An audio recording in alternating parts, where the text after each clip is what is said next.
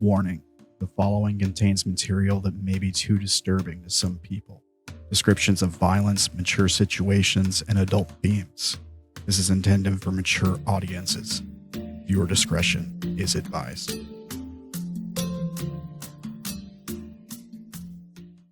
All right, I'm here.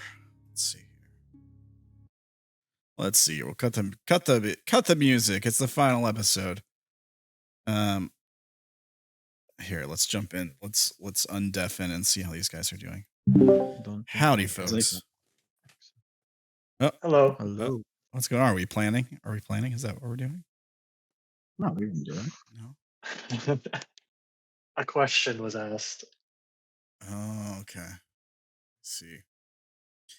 I see.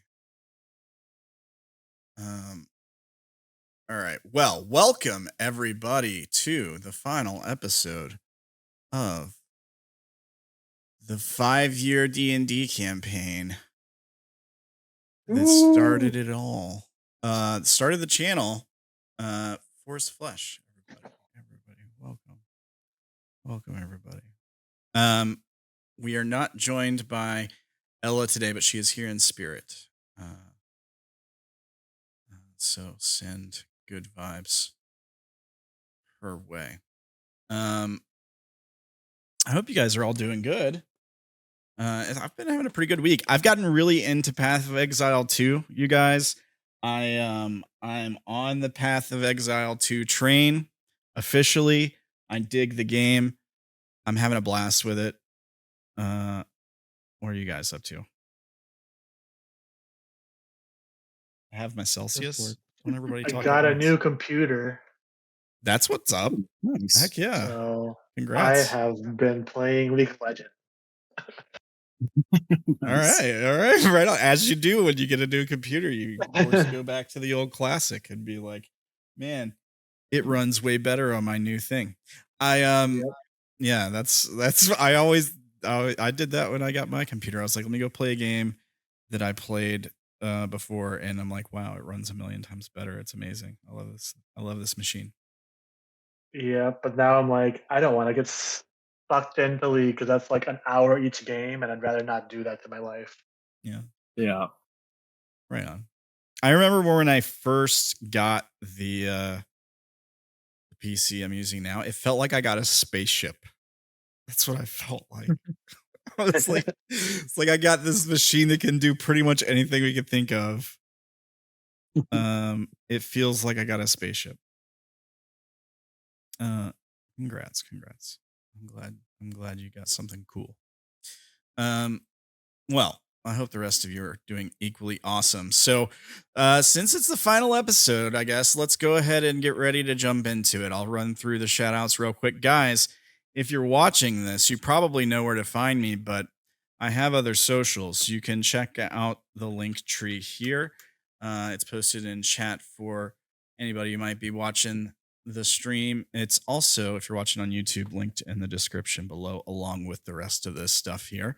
The Discord server for the channel, guys, it's public. It's free. You can jump in. You can ask lore questions. You can harass these folks. They'll still be in there after this game. Don't harass them, actually. I'm not endorsing harassment. I'm saying you can poke them. You can maybe even get a seat at the table in one of the upcoming games. Stuff like that. You're welcome to jump in and join the conversation. Last time I'll be using this shout out. Maybe we'll see. Maybe it'll be in future. I don't know. We'll see. I'll talk to him about it. You can check out the artwork for Vash from the show's A-Team at deviantart.com/Jessica Pegarero. Here's the links for that. And of course, you can check out the art credits for the character art and token for Makie. Here's the links for that. So welcome everybody. Welcome everybody. We're gonna finish off this Dungeons and Dragons 5th edition campaign for you today.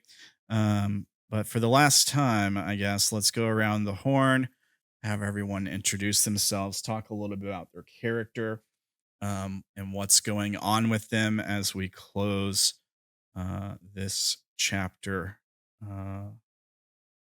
Up up first, as always, Ferdy So Fly, playing the diviners, Abe and Flo, for you guys. Ferdy, take it away.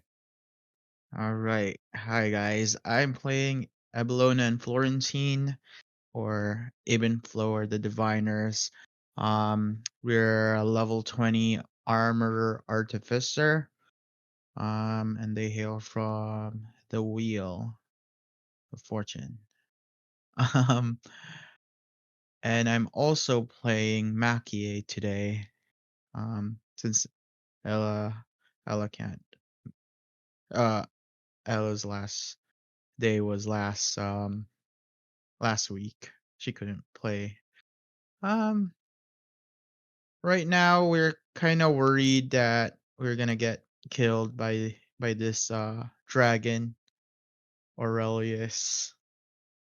Hopefully this is his final form. Don't want to see like Dragon Ball Majin Buu type thing. He changes into different form. Yeah, it turns We'll out see. it's like a reverse Russian doll situation. He was just like a humanoid guy and he turned into a big dragon. You don't want to see what he turns into next. Yeah. Yeah. Well, you guys are doing pretty good so far, I think. I mean, you did kind of pop your big 9th level, right? With the prismatic wall, but you've he's popped everything he has to, pretty much. So there is that. Also you have a Tarask fighting for you now. But we'll get to that in a second. But yeah, cool. Thank you, Ferdy.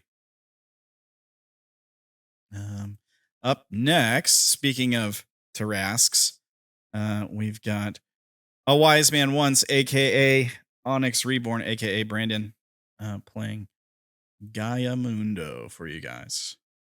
Brandon, hello. Mundo. Take it away, Brandon. Did you lose connection as soon as I... Hello? There he is. All right. All right.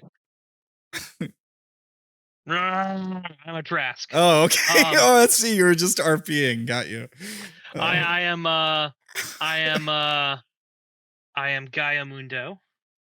I have said I am just a guy, but I may also be the universe choosing to experience itself, as one does when one hasn't reached enlightenment.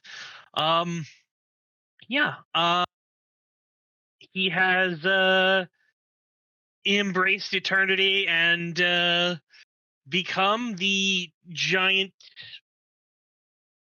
world defining, world ending, world creating turtle monster thing that deep down was there through connecting to the world and the world's arcana in one way or another. And his main goal is to, of course, stop the false arcana of, well, Aurelius and the Golden Pyramid.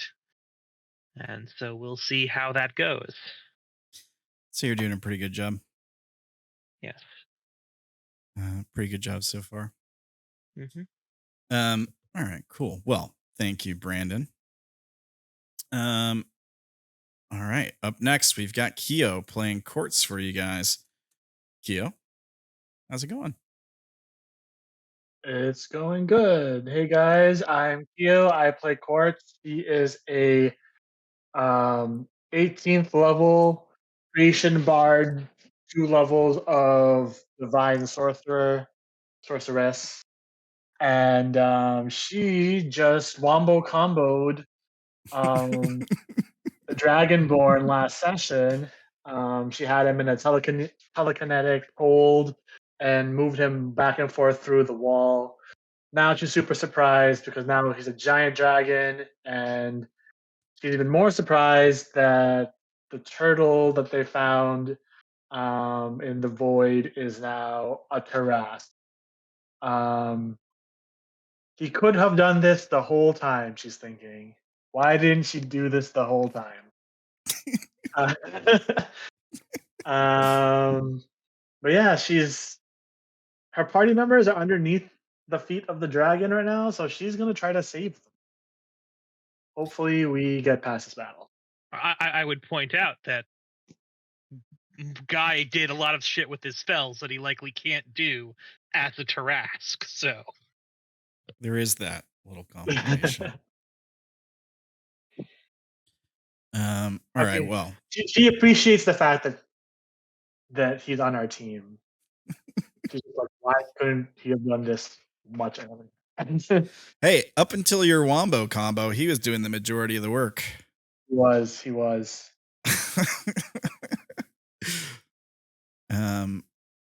Yeah. Well, speaking of not doing much work in this fight, thank you, Keo.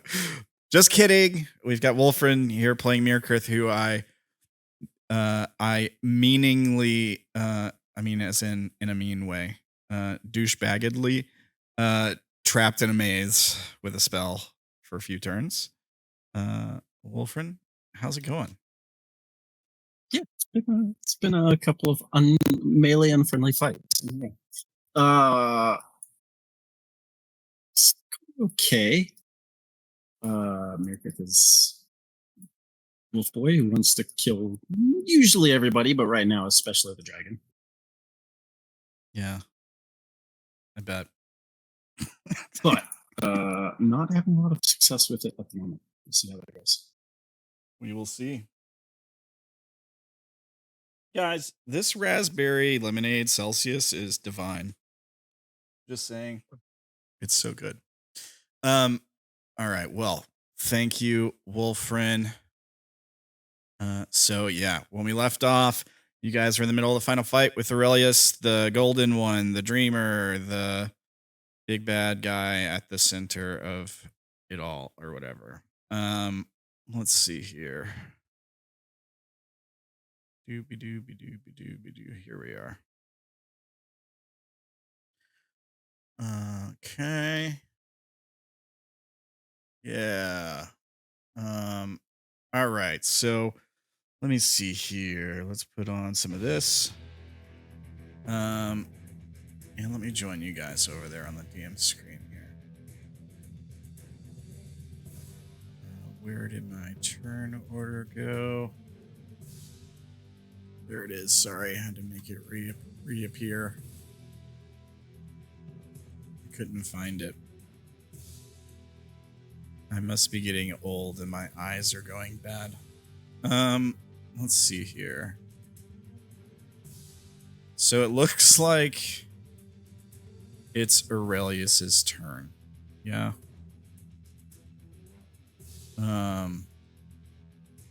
Yeah, because we went to the end of the round, is that right?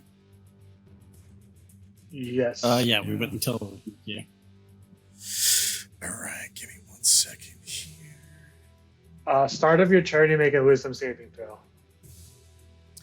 All right. This is for the blindness. And then you make a strength saving throw as well. Strength for the mud on the floor. Okay. Wisdom save first. What's the DC? 21. 21. Oh. Ooh, it's a 20. This is for blindness? This is for being transported to another plane. Oh, right. I will burn a legendary resistance and instead succeed. Sounds good. All right. Strength save for the mud on the ground, which is difficult terrain or something. Is that right? Yes. It is difficult terrain, and on first Also at the beginning of my turn, I presume. yes. Difficult terrain, and what'd you say under your breath there? Was there something horrifying? Oh, It's not exactly difficult terrain. It costs 4 feet of movement to move through it. Oh, So, right? that won't be a problem. So it's So like for each The strength save is to see if you're restrained. against the mud? DC 20. Yeah. Okay. The mud restrains. Oh, okay. There it is. Transmute rock. Sorry, I wasn't paying attention, I guess. Ground spell becomes muddy. Blah, blah, blah. Creature must also make strength save. Moves to the area for the first time. Or ends its turn there. So I don't have to make the save until the end of my turn. But that's fine. That roll stands. I'll fail it at the end of my turn. Was there another save I have to make at the beginning of my turn? The other one is you have another save at the end of your turn. Another save for the petrification, I assume. Yep. Okay. All right. So I'm not restrained yet by the mud, but I will be at the end of my turn. I'm not But you're restrained still restrained from the petrification. from the petrification. Okay. I was going to ask what it was. Okay. All right. Yeah, because I know the telekinesis broke, right? Because he's too big. So I was just making sure it wasn't that. Okay. Let's see here. I mean, I can't really move because if I move, I'm restrained first of all, so I can't move. Let's see. I'm also blind right now. Is that right? Yep. Yes. Well, no, because you saved. Okay. I thought he failed the save. It was DC 21, wasn't it? Oh, No, but at the start of Did you his burn a turn, legendary? Yeah, I burned a Yeah. legendary on that first wisdom save. okay. if he didn't do that, he would be transported somewhere else. Okay, so I'm no longer blind. Correct. Let me take that off. Okay. I'm getting down to business here. So I can see you.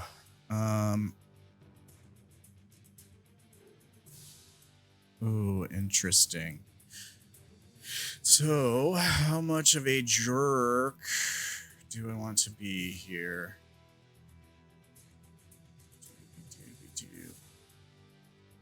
I do have my breath weapon.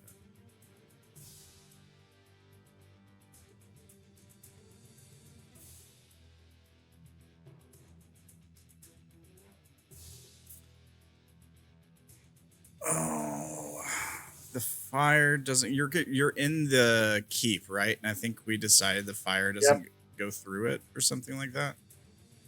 What was the ruling we came up with? Most things don't go around corners unless they specify it. Yeah. So I have to put him at the doorway or something. Like you guys just have arrow slits that you're able to shoot out of. Is that right? Yep. And the keep is also invulnerable to damage, I think. Is that right? Nope. It is not invulnerable to damage, but it's super tanky. It's resistant to all damage. It's resistant to all damage. Gotcha. I can link it. Yeah. It has 100 hit points. The walls The walls each have 100. Yeah. Yeah, and the door and the roof. Okay. Interesting.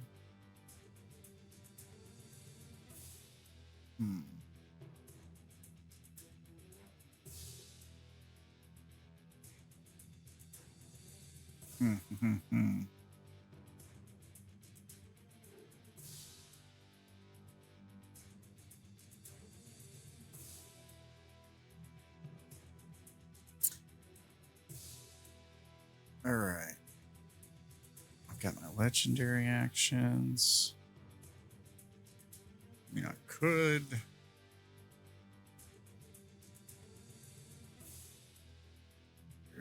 Creatures are your choice. It's not really that good, is it?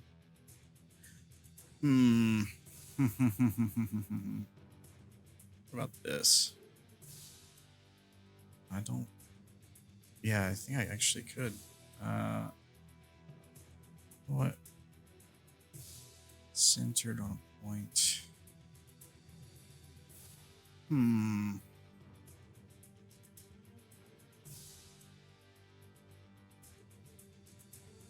60-foot radius.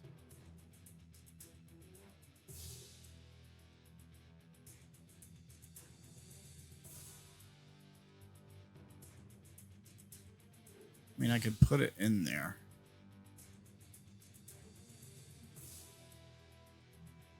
But then I can't hit the turtle. I really want to hit the turtle. Brandon. You with us? I got a question for you, bud. Yes. Do you have access to the... I put a programmed sheet for you, I think. Oh, let me see. I see something up here, yes. Yeah, it should be at the top. It's a little incorrect, but those things can be adjusted. Okay.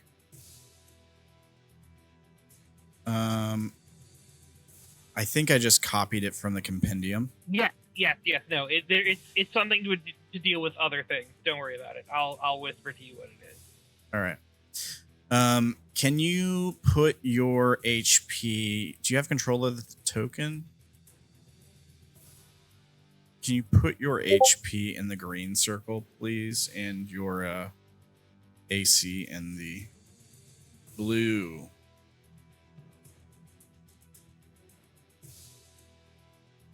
Oh, okay, I got you.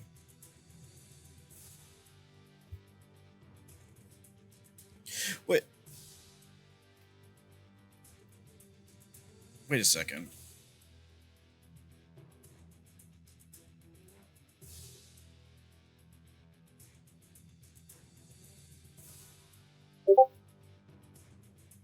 Oh, I see.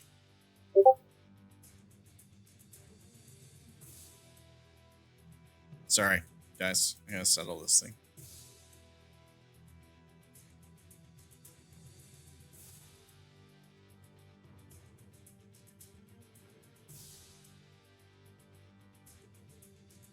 No, they don't. They don't both do that, actually. Okay. Well then, I know the other one does. Yeah.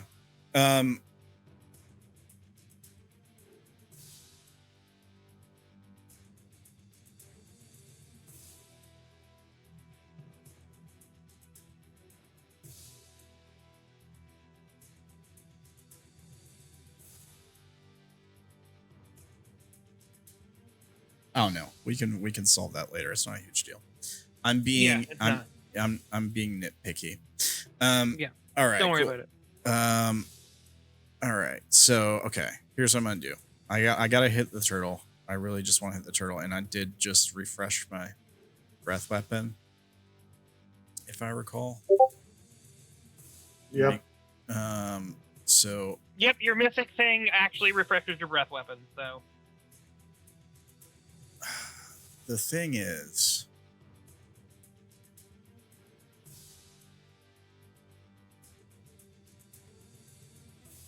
I can't hit you. I guess I could hit you, Mirkrith, and Abenflow. I can't hit anyone in the tower, though.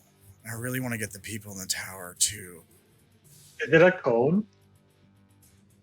The breath weapon is, yeah, but what I'm thinking about hitting you with is not a cone. Oh. Because I can't hit you with the breath weapon because you're in the tower, as far as I know. I was gonna say, how can you do the breath weapon, even flow, Mirkrith, and Well, I would. the I would put it like it's like a 90-degree.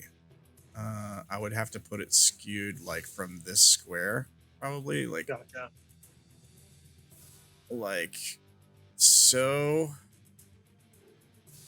I might not actually be able to get the turtle and Abenflow. You might be right, but I'm not. I don't think I'm gonna do that anyway. I think I would rather hit you guys in the tower, to be honest with you. While I still have a chance to do that.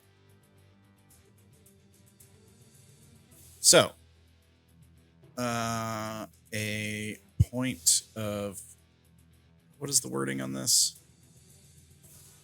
A point I choose within range. Don't have to see it, although I can. Brilliant sunlight flashes in a 60-foot radius sphere centered on the center of the tower.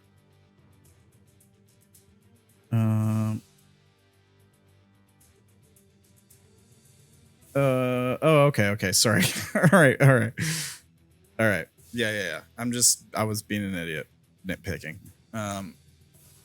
It's fine, dude. It's all right. Do what you need to do. All right. So I need everyone within a 60-foot radius sphere on the inside of the tower needs to make con saves, as you will innately cast this.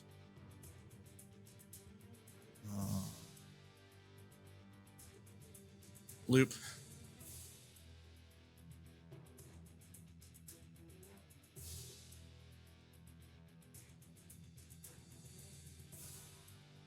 Just made it.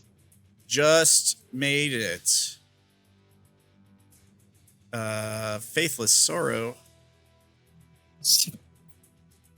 I think Mirkrith too, technically, if the turtle has to. Let me see. Let me measure. Yeah, Mirkrith. Heck, even Aben Flow. Yeah. I'll use my reaction. As the inside of the tower becomes this super bright beacon. Like, it becomes brighter than the light of the fountain before it got sucked into him a few minutes ago. And you can't look directly at it. And for those inside it, it's like everything around you just becomes super bright. Quartz, you manage to shield your eyes. Even like with your hands over your eyes, you can like see the bones in your hands. It's so bright.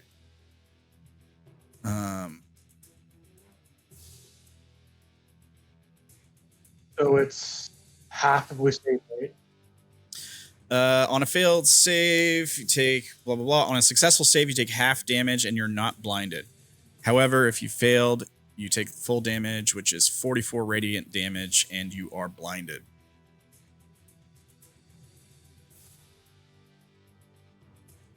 Does that put Mirkrith down? Oh, yeah. It's the first time I've downed you, I think, right? No. No.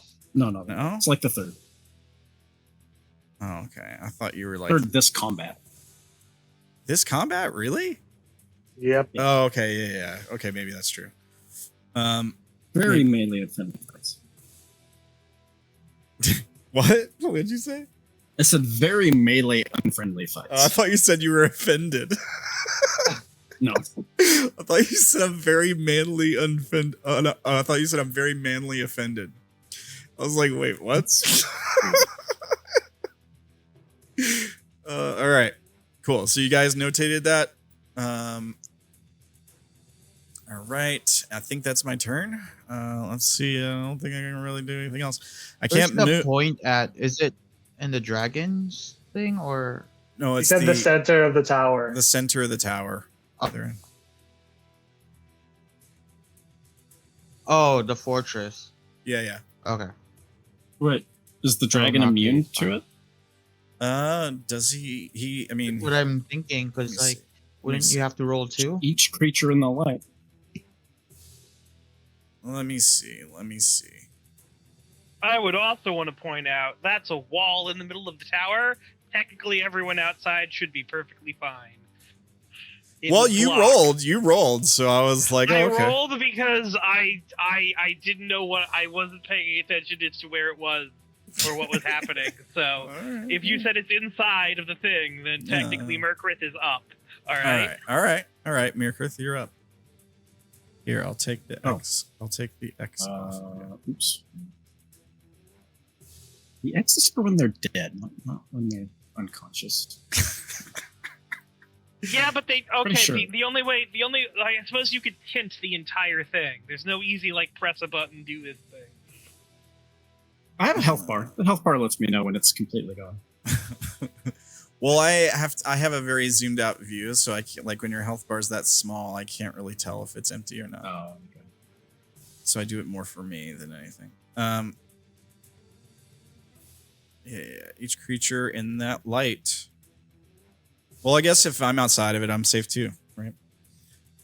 Not that it would really matter, because I'm pretty sure he's immune to that kind of damage. Just off the top of my head, I'd have to look, but Radiant.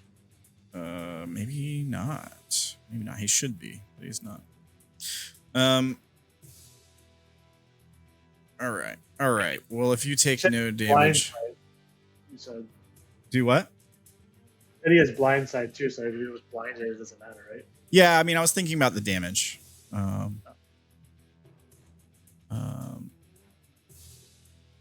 All right. Yeah, I think that's my turn. All right. So at the end of my turn, I got to make a save for the petrification, right? Yep, con save. Con save. I fail the strength save, so I'm restrained by the mud. Here's the con save. Passes for sure. Passes. So I got to do that 2 more times. Yep. All right. All right. Did I lose the turn order again? Really, Sam? I don't know how I keep doing that. All right. Gaia Mundo. Yeah. So, seeing the dragon mired in the muck, the giant turtle's head turns toward the profane golden pyramid, and he lumbers forward, and he starts going to town on that motherfucker. All right. You don't technically move out of attack range, so I don't get an opportunity attack on you, I don't think. Yeah. All right. Yeah. His body still shimmering with his stars as he does this. A giant cosmic turtle is about to tear apart your precious golden arcana god. Yeah. So make an attack roll. Link us your siege engine feat and stuff so we can see everything.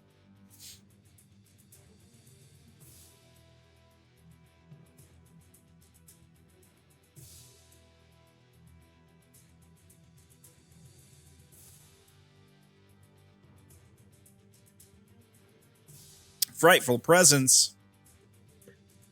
I'm electing not to do that. It says can use its frightful presence. Yeah, that's can probably is a thing. I am not doing that. That's probably a good decision because it wouldn't affect me. You're right, and it would just possibly affect the other people, which is why I'm not doing that. Also, even if I did use it, it would only be it's the creatures that I want it to affect. Yeah, so, I think they're all immune too, to be fair. Yeah. So do. All right, so then one with its bite. 38 hits. I'm tower. I'm guessing. Yeah. I mean, 38 hits. Yeah, for sure. All right. 48 damage. I'm sorry. That would be 96 damage, I believe, to the tower. Yep. Yeah. So this huge turtle Tarrasque lumbers over to the pyramid and it just shoves its huge turtle beak mouth into it and bites off a chunk of the gold. As you bite it off, like we see debris just go flying, pouring from your mouth. All these gold pieces. The part of the pyramid that you attack, that you tear off, is like it flickers around the area, like it flickers with light, like a shorted out bulb. As we see the bits of the debris of the gold falling to the ground, we see it's the bits that smash, turning into these perfectly crafted golden beetles and skittering off under the debris and the bodies on the ground nearby. Some of them trying to make their way back to the pyramid. Others just running for cover. You lay in with your claws for another hit, and your horns for another hit, and your tail for another hit. So I got 2 hits on the claws then, if the tail hit? Yeah.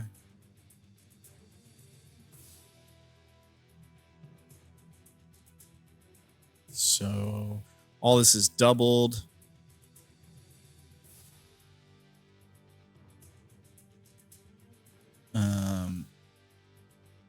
Here's what we're gonna do. I'm gonna do this here. So how many attacks total is that? 1, 2, 3, 4, 5 total attacks? Yep, that is all 5 attacks. All right. You're taking this thing apart, basically. Like, piece by piece, you're just ripping this pyramid down. I want to keep a tally going.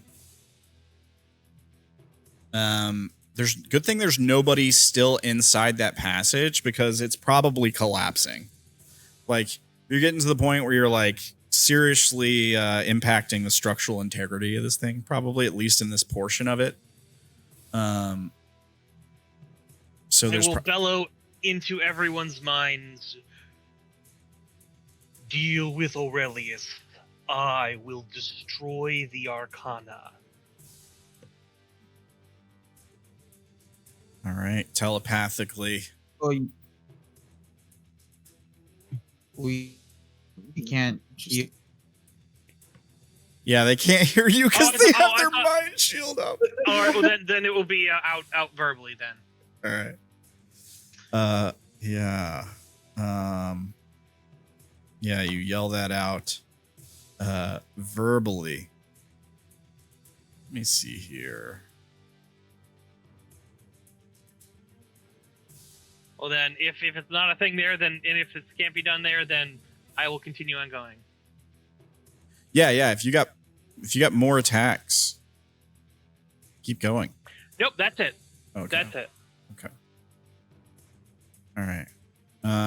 After your turn ends, we have layer actions, I believe.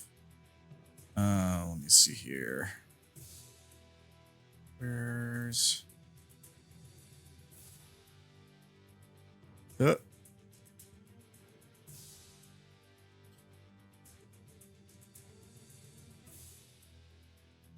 where did I put Homeboy's stuffs?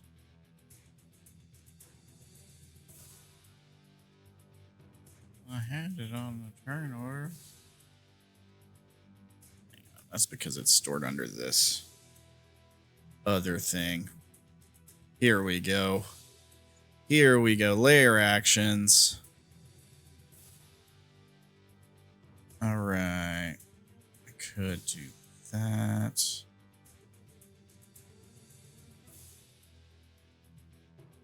Could.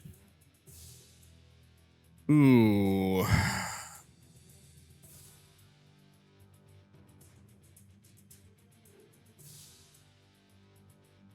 What was the last one I used? I think it was... Oh, it must be the clock because it's on me right now. I should have had No, that's the target. No, okay, so I didn't use the clock. All right. All right. He'll glimpse into the future.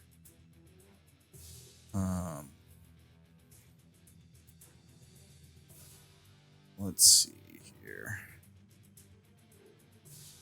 then I'll put that on him so I know it. That's what he used. All right. So yeah, so we see his already like his eyes are already emitting all this like golden light, flash brighter, and and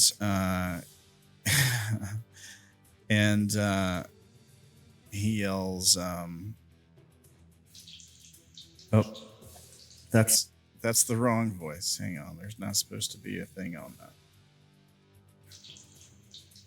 There we go.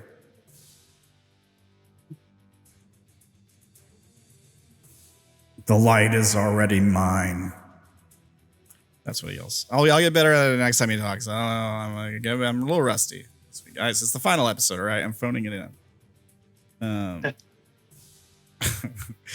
All right. Abe, and actually at the end of your turn, I'll take a legendary action. I'll take a legendary action. As he yells that out with a roar.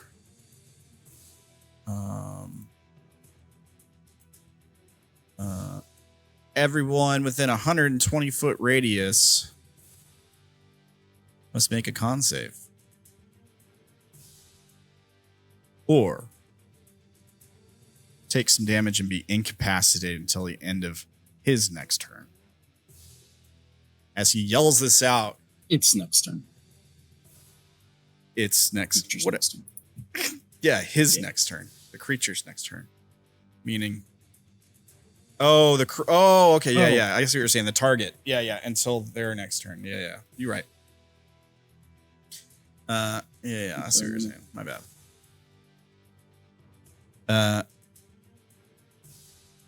Yeah, as he like yells this out, there's a boom, a sonic boom from the air around all of you. The very fountain itself seems to strike out at you all.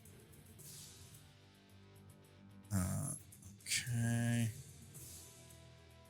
And of course, you succeed, you take no damage. And you're not incapacitated. What's the save? 19? 27. Oh, wait. 27. Here's the damage. It's low.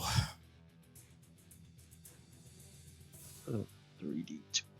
So Quartz failed. Mirkirth failed. You don't take half damage, right? No, Mirkut still has to roll a d4 or something.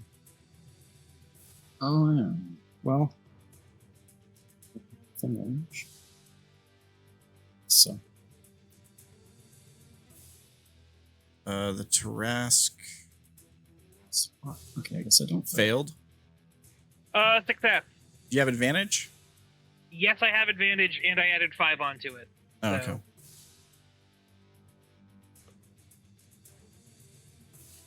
Mirkirth rolled a 4 and succeeds, I presume? I can't roll for... Yeah. You can't roll for who? Maki, I'm assuming. Oh, did I I forget don't to... have access. I forgot to give you access to a sheet. That's my bad. Something I was going to do at the beginning. I must have got distracted. Here, let me give you access.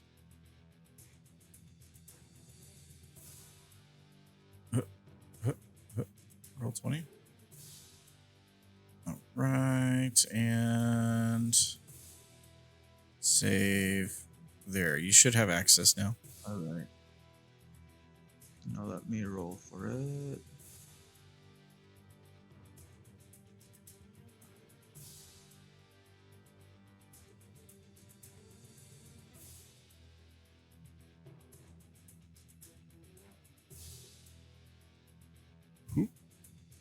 That's Maki 15.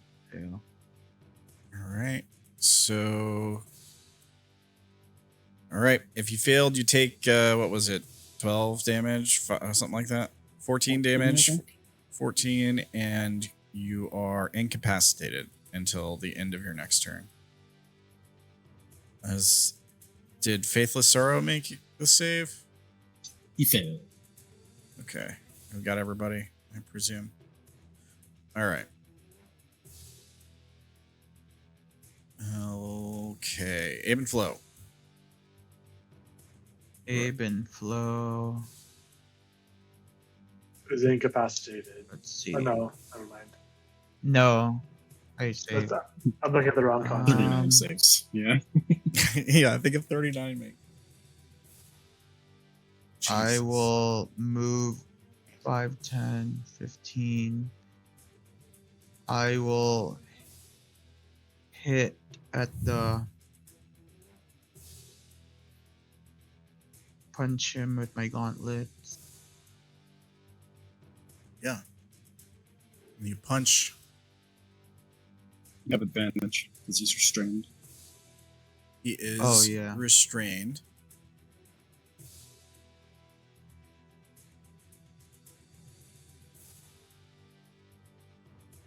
All right. You hit. Close. 15 thunder. Twice. Yep. Hopefully he's not. Does it look like that he took the damage? Does it look like he took the damage? Yes. Yes, it does. You punch him again for another 8. And then I move 5, 10, 15, 20, 25. 8. Yeah, he takes And the my turn damage. then. It doesn't seem like it dissipates around him at all. Like he took the full force of the damage. No, Yeah. you field as a bonus act.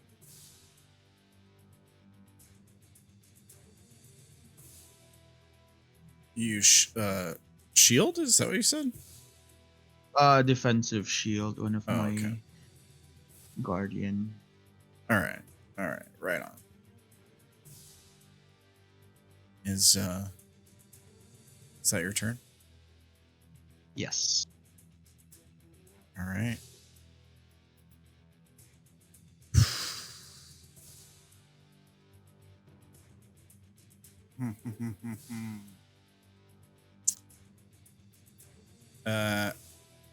At the end of your turn, I'm going to use a legendary action to bite you for that. Here's the attack. I would like to point out I do have advantage, but it's canceled out, I guess, by the restrained. Is that right?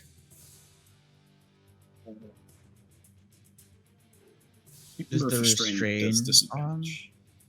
It doesn't do disadvantage? Is that what you're saying? Yeah, the creature's attack rolls have disadvantage, so yeah, it's cancelled. Yeah, okay. So I don't crit you.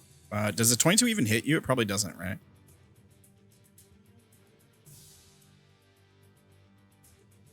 Birdie? Birdie? Birdie, are you there? AC is 5. No, it Birdie. Birdie? He said it does not. Okay. Okay. All right. Sorry, I didn't hear anything. All right. So, Mirkrith, you're up.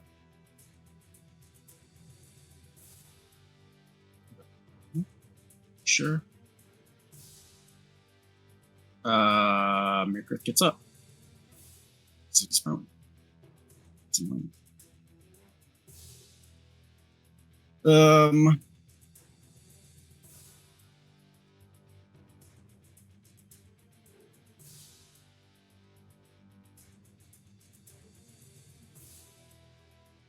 Screw it. He's just gonna lay into this guy.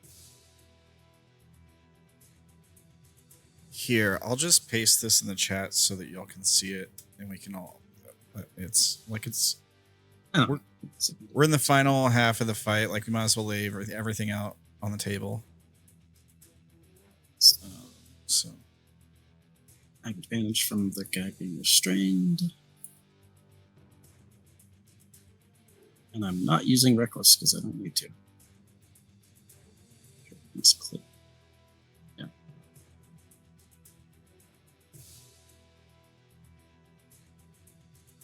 All right. Yeah, you just lay into him with your claws, scraping into his gleaming underbelly as he turns around to bite at the diviners. So Is any of this necrotic? 'Cause I know you do some Nope. necrotic bullshit. No, he learned. All right. 23 plus. That's 61. So 84, I think. Let's see. 29, 35, 57, 67 plus 86. 19, 77, 86. Yep. All right, nice. Nice. 86 points of slashing and lightning and force. Yeah, as you rake into this thing from underneath it, as it turns around, exposing its belly, you scratch through its scales. Bits of gold come off and scatter, clinging to the ground around you. The wounds where you open it up, light pours out, shines down on you. It feels warm, soothing. Doesn't heal you. Soothing. Yeah, and thematically, he's like crawling or like racing across the bottom of the dragon because of the movie.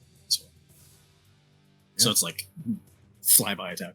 And I will, let's see, 20 feet of movement because Do you have to save against the mud, 25. or is it only creatures? Nope, I have freedom of movement. Oh, okay, yeah. Freedom of movement. Head this way.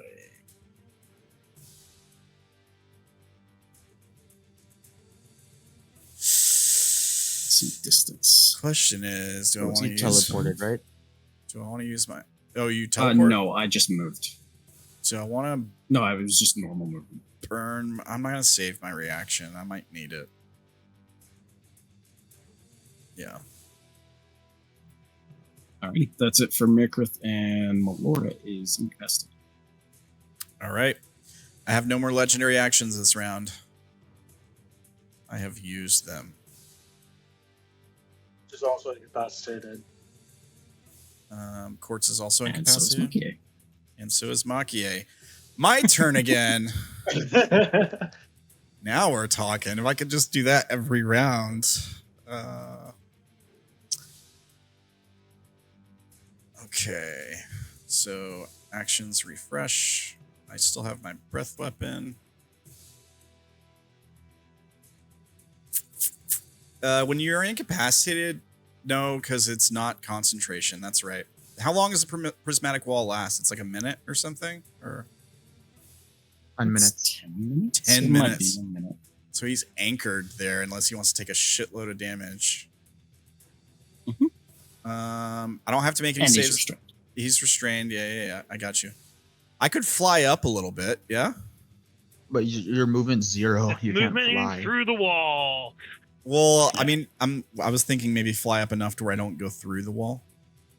Like stay. You're in the wall right Strange. now, so that any movement is moving through the wall by definition. Well, like You also just can't move because your movement is zero. Yeah. I got you. Moving like to the side, I would definitely be moving in the wall, but I don't know if moving up like 5 feet I would. But anyway, it's fine. Doesn't matter. Let's see here.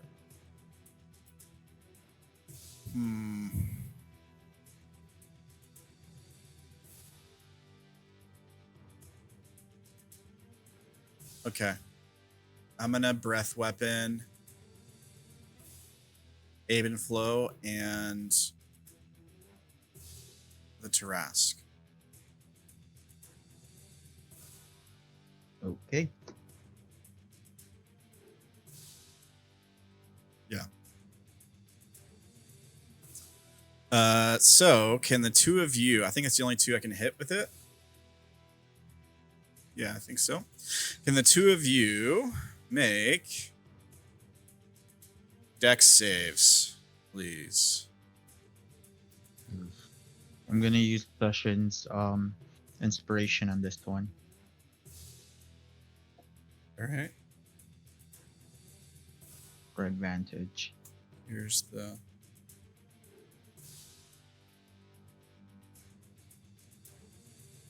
+21 +2 is 23. I'll use my reaction to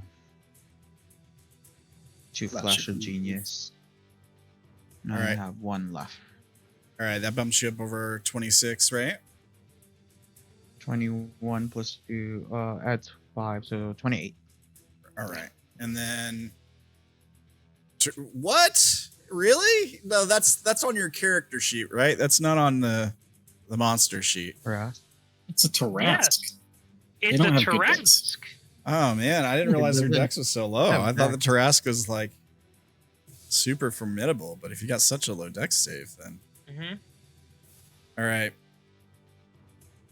So aim and flow, you take half. This is fire damage. As the dragon exhales golden fire all over the two of you and the pyramid. Abe and Flo, you manage to kind of duck behind some debris, but you still catch a bit of it as you take half damage.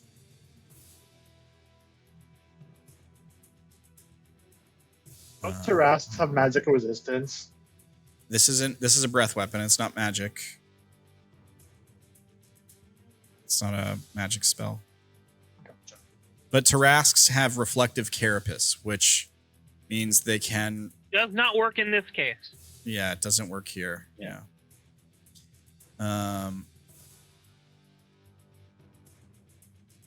All right. I think that's my turn. Can't move unless I want to take a butt loaded. Well, I can't move anyways. I'm restrained.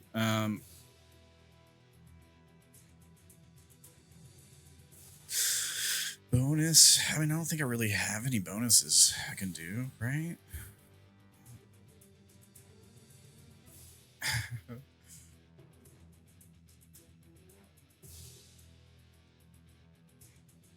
Yeah, I don't think so. I'm looking.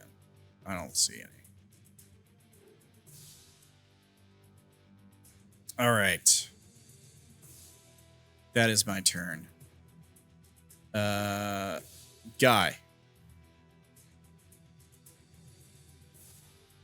Mr. Tarrasque boy. What are you doing? It's attacking. It's a, Oh, a okay. bite. There it is. Sorry. Fine, same thing. All right. So yeah. Hit.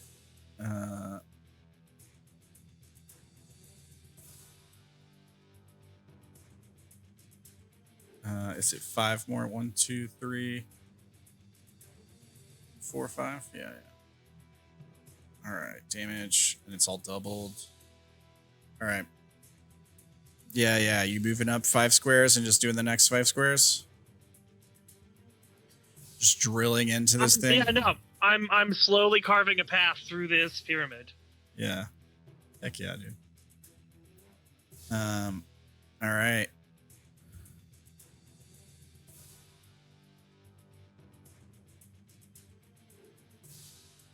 All right. Is that your turn? Yep. All right. At the end of your turn, I'll burn a legendary reaction to once again roar as he yells out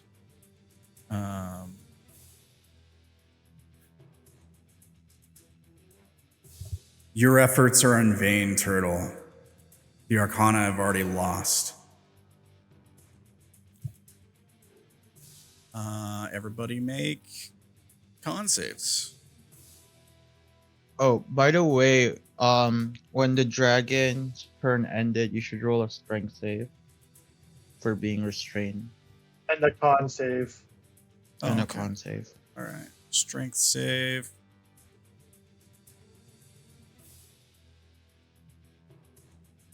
Fails, right? Yeah. Con save. Second Succeeds. second success. Uh-huh.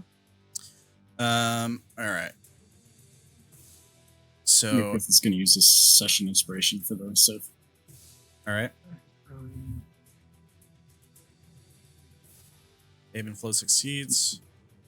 Mirkrith gets an 18. right. Let's see. Makie will use their session.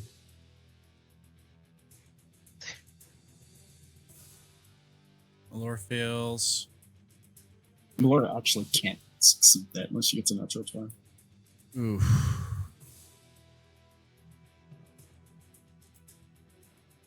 Makie succeeds. I'm gonna use this favored by the gods ability that I have. All right, starting at first line. If you fail a saving throw or miss an attack, you can roll 2d4, add it to the total, possibly changing the outcome. Okay. So you got a 19 right now. Is that right? Plus 6 is 25, Never mind. which is a fail. So far we've got the Tarask. Oh, you got advantage, right, Brandon? Yeah. Yes, that is a magical effect. It says so in its name. Yeah. I was just making sure. I was gonna be surprised if you failed that.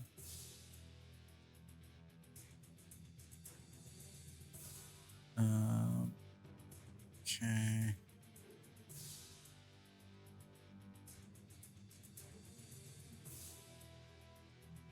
Is it everybody? I think so. Think so. Even Melora rolled. Yeah. Okay. So if you fail, you take the damage and you're incapacitated until the end of your next turn. 3d12. I'm rolling it right now. It is 23. I rolled good on that one.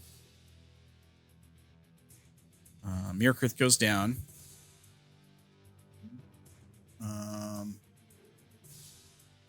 Bludgeoning?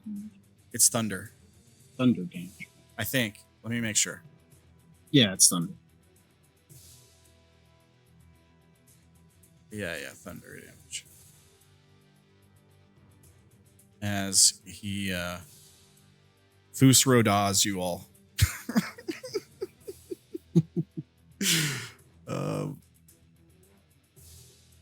All right. So that was legendary action. Then the lair action happens. He loses his future sight. And he gets to pick another lair action. He has to do something different. So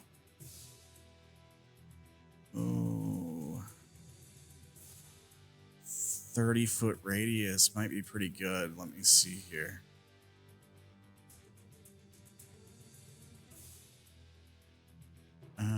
You're all dead or incapacitated, so Quartz, did you succeed on this one? Or are you incapacitated? All right.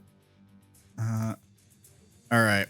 I think I'm going to use this other layer action. So I get to pick one of you and force you to make a charisma save. This is the trolly shit I did to Mirkrith earlier. So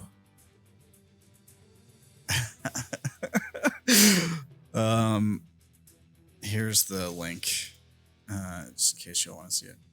I have to be able to see you, and I get to force you to make a DC 15 charisma save. So not faithless or quartz.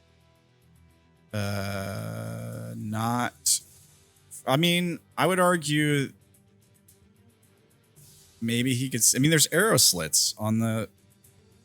So you're saying the small arrow slits you can see all the way in the back? I mean, he could see you. If you could see him to cast spells on him, he could see you. I would say. Fine. If you want, you can use it on me. I don't want to use it on you. I'm not an idiot. You probably have the best charisma save here. He's not a dummy. But yeah, I mean, I think if I wanted to, I could argue that I could because you can cast spells out. So I could argue that it's easier to see outside of arrow slits than it is to see inside. But that may be true, but I don't have to see all of you. A little slit of you is enough. I just have to be able to see you.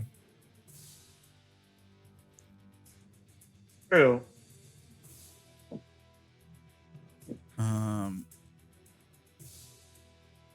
I'm trying to decide between Avenflow and the Tarask, to be honest.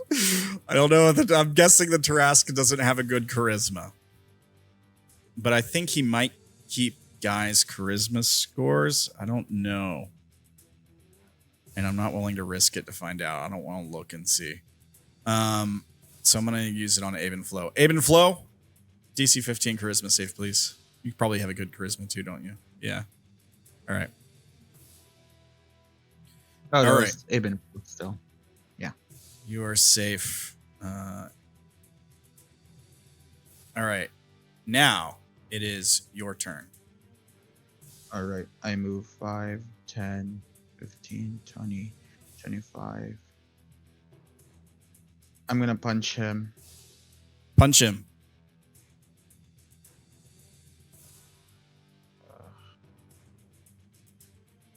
So he burned all of his legendary actions already, right? Or was that a lair action? No, that was what he just did was a lair action. He has not burned his legendary, all of them yet. He has burned 1 or 2 actions, I think is what it cost, but he used 1. What was the shattering roar? That was the legendary action. Okay. It uses 2 of them, so he's still got 1 left. All right. Oh, this is with advantage. All right. But 22 24? is just 24. Oh. Oh, right. Yeah. You hit. Yeah. 9. All right. And then another one. No. Yeah, you hit again. Let's see. Hopefully this is at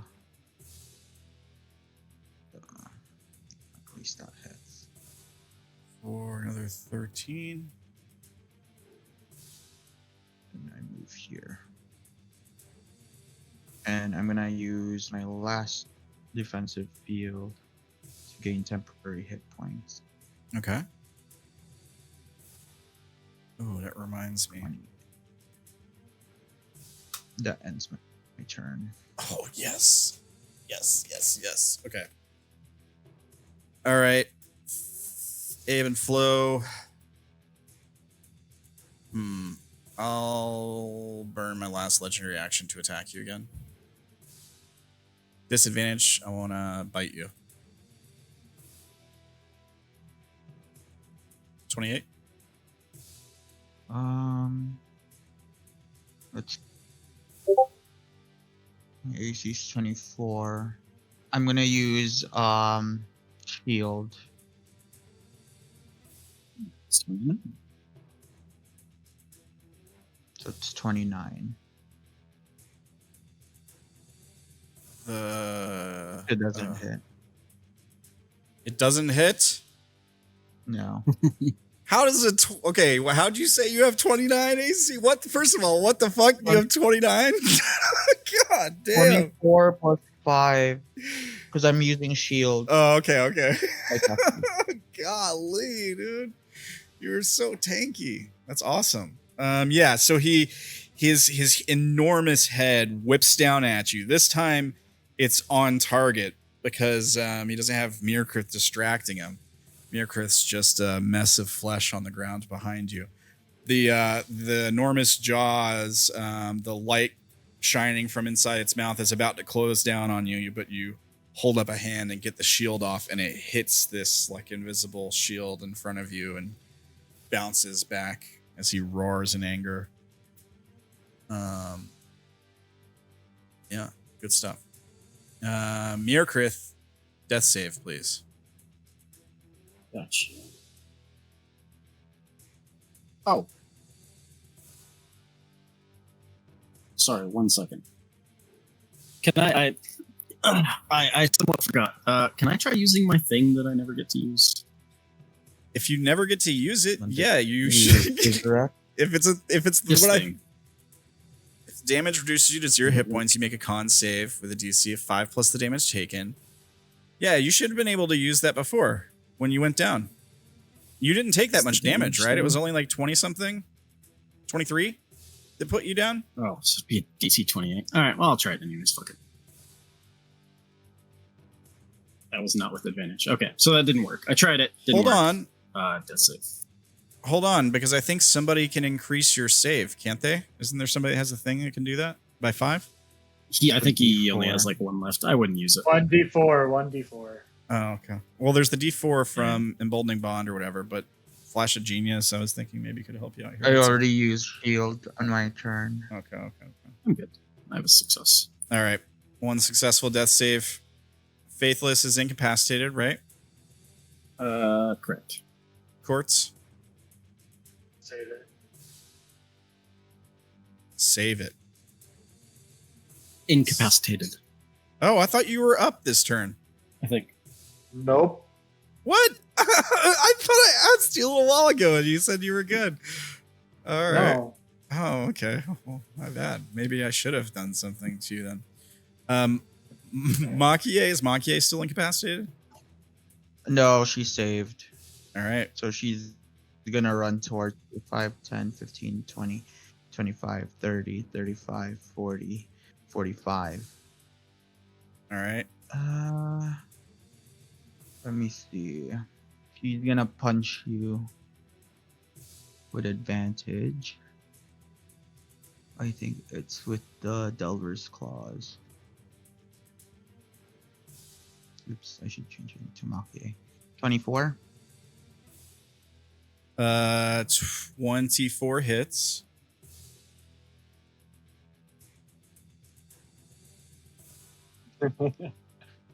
You also is that with sneak attack? Yeah. Yeah, because I'm right next to you. Yeah, I was just making sure you didn't get more. I thought you should get more damage than that, but you rolled 2 1s on your sneak attack. All right. So 10. And then she's gonna burn one of her key point to make you roll your con. Oh, okay. Stunning strike. Yep. All right. Here's the con. Did I roll a con for the last turn I had? For the indigo thing? Yeah. I did. All right. And It's DC 21. and he So succeeds. he succeeds. Attack DC again. 21 or 20. So. She attacks again and misses. Misses. He's gonna use a bonus action to run away. Which one? Is she doing bunny hop or something like that? Dash. One Dash? point. All right. Step of the wind. And she's gonna go inside. Okay, disengage. Or wait, you're not disengaging? Oh, Ferdy, she has mobile. Yeah. She doesn't need this. She has to step mobile, away. yeah. Oh, okay. So I can't attack her Well, because she has I'm mobile. going to dash because I don't have enough movement to go inside.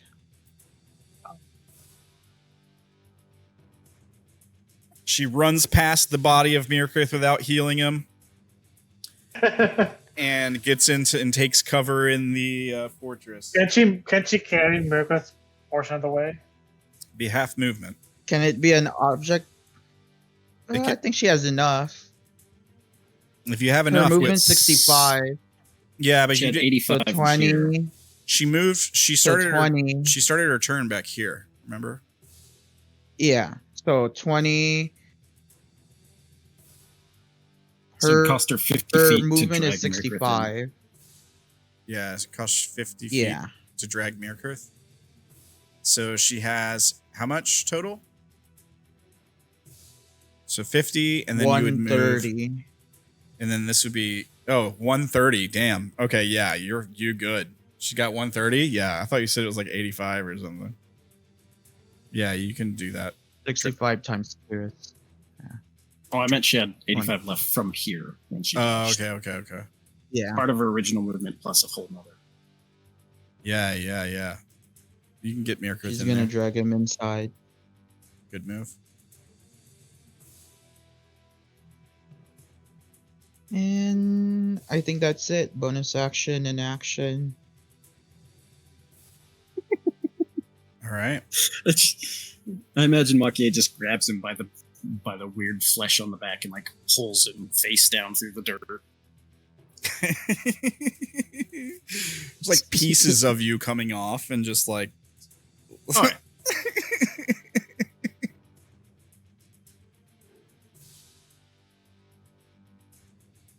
All right, that's your turn, Makie. That's Makie's turn. My turn again. I refreshed my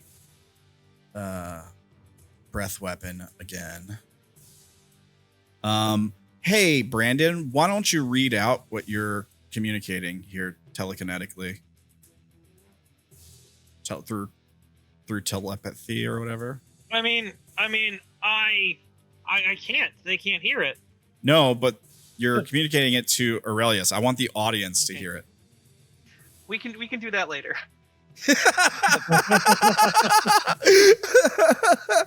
All right. All right. He doesn't want to read it out loud. All right. Let me read it then.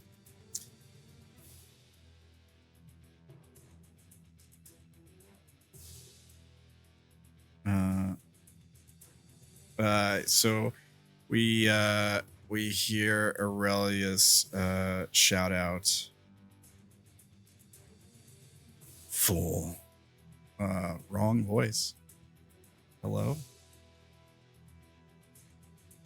Voice mod? "Fool. Even if you win, slay me here. I will rise again. Perfection is eternal."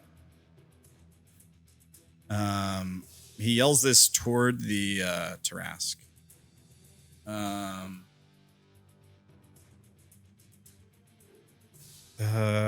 right. What do I want to do? I got my breath weapon. I've got one person outside the tower. I can also hit the tower with it, obviously. Or I can go after the Tarask. But I might be able to down Haven Flow here. I don't think I will. You're trying to talk to him in his mind, trying to weave a web here. I think he's gonna just fucking breath weapon you. Excellent. Guy. I don't think he can do much else to you from this range. I think he's just out of attack range now. Let's see. Yeah.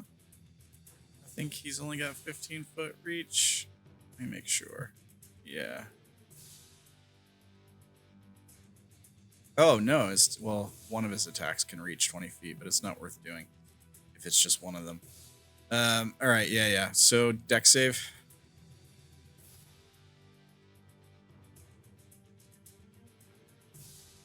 As he seems momentarily distracted and he focuses his attention on the Tarask.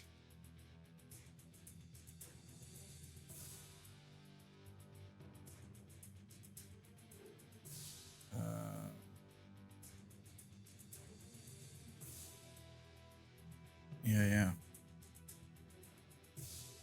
You can keep taunting him. It's fine. Don't worry about it. Yeah, I know you're doing this intentionally. You're trying to get him to focus on you. You can take the damage. So make your dex save. Well, go ahead and fail your dex save because you're not going to succeed. I take it. Unless you get a 20. Let's see. What's the save? He breath weaponed me again? Yeah, he's breath weaponing you. So it's a DC 26 dex save. Yeah. Your 8 that you rolled last time. Oh, wait. Come on. Okay, so you fail. You take this much fire damage as soon as it rolls. 87. All right. That's his turn.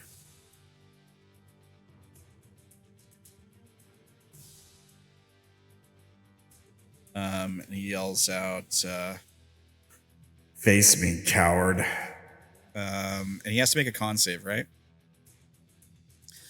Let me go ahead and roll my d6 to recharge. I do not recharge this turn. Con save for the Indigo at the end of his turn, right? Yep. Let's see if he succeeds on his third one. He does. He clears the Indigo. That's his third success. He cannot be petrified by it now, I guess. Yep. Then that is the end of his turn. Guy, you're up.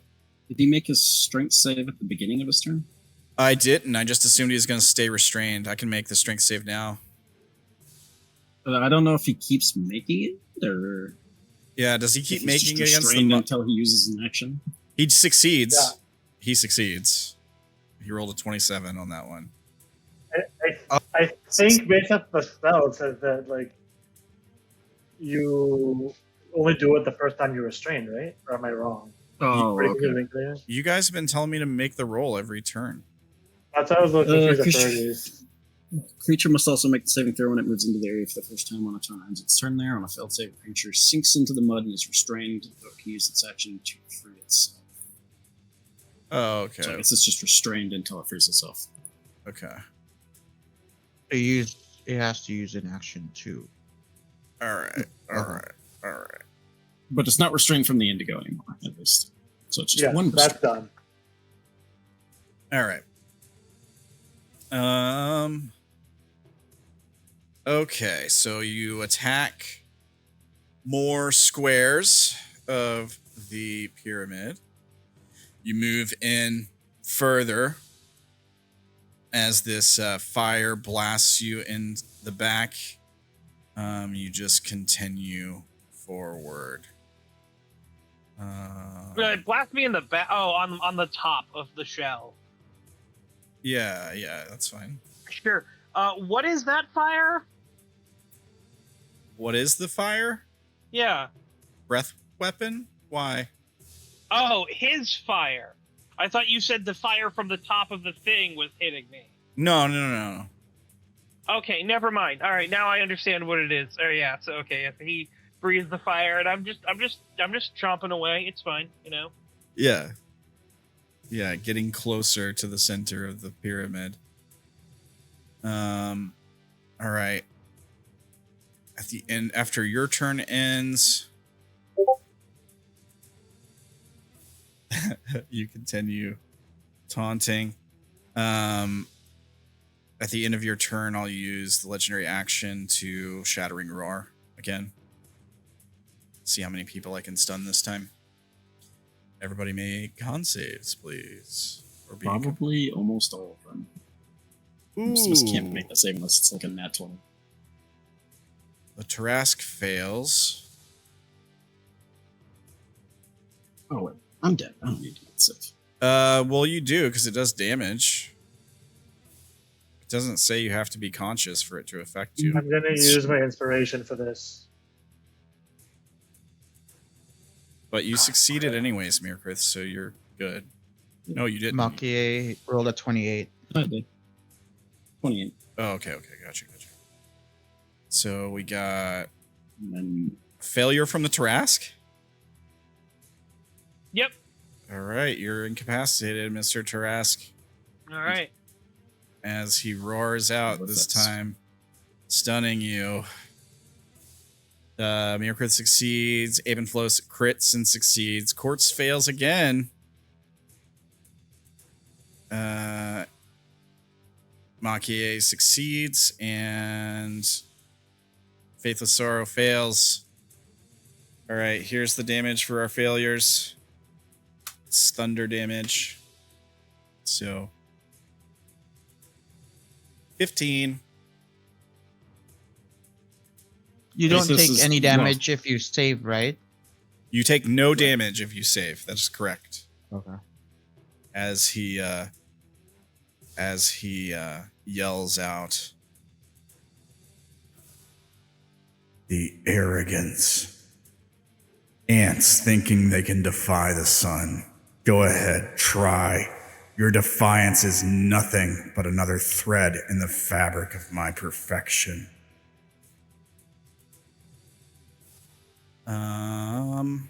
Then it's lair action time before you get to go ebb and flow. I will glimpse the future again. Giving myself some advantages. Then it's your turn, Ebb and Flow. All right. Ebb and Flow will move 5, 10, 15, 20. I'm going to use my reaction to 25, attack you and then goes inside. as you leave his threat radius. I'm going to try to bite you again.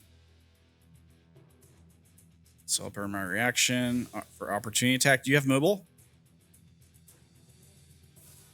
He didn't make an attack either way. No. So mobile wouldn't matter. All right. 34? 34 hit. All right. I think the bite is supposed to grapple. Let me check. It's not listed there. I think it's supposed to.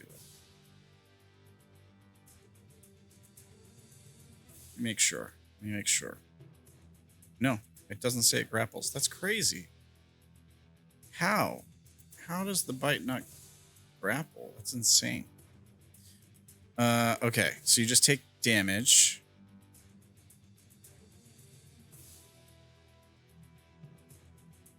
Uh, 13 piercing, 13 force. But you do get to continue your jog into the safety of the fortress. I see that Mirkrit isn't awake yet, so I'm gonna cast Cure Wounds. I think All that's my highest healing.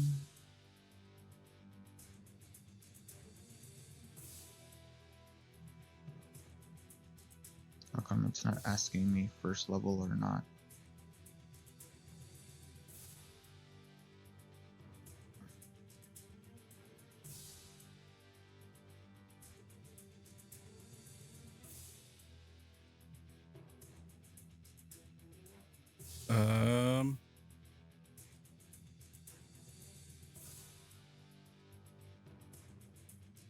So you heal him for 9?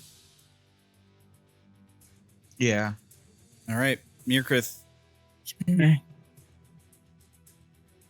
you come to on the floor, 9 HP.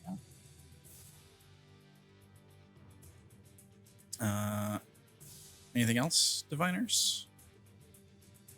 I think we're good. All right. Mirkrith. Let's see. Do I have a legendary action I can use first? Let me just check. Is there anyone within range? I could bite, I could claw, I could attack in general. The only thing I think I can hit is the tower itself. So I will. He's gonna attack that corner there. We'll say it's on the left side because it's a each wall, right, has a certain amount of HP. Yep. So he's gonna attack the left wall, I guess. Are you guys all on the first floor? Or are you guys on the second floor? Because it's gonna be whichever floor We're you're on the first, two on the second. Oh, okay. Well, you know what? We'll attack the first floor, because if we take out the first floor, the rest of it crumbles. There's 3 walls. Yeah. I mean, we can do some stuff. They all have 100 HP, though, right? Yeah, is it a magical weapon? I mean, no. So it's immune to damage.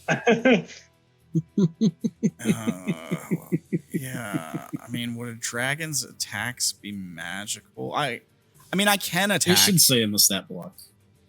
It would say somewhere, right? Let me see. Yeah, I'd say your attacks are considered magical. Even Melora has that. Yeah. Well, monks. Monk Yeah, she's based types off a monk, though. always have it. But I mean, I would say his bite attack, which does force damage, or any of his attacks that do force damage, are magical. I would think. Fourth is not magical. Squeezing things between your It's- two fingers is force damage. What? Force damage isn't magical? But like missile, like what is that? Missile. Yeah. Magic missile. In 5e, force damage is considered magical damage. Yeah, force. Literally, this is what it says. Force is pure magical energy. Okay. The difference being force and bludgeoning. Bludgeoning would be like non-magical force. Yeah. All right, so I'm gonna bite the left side of the tower, or the first floor.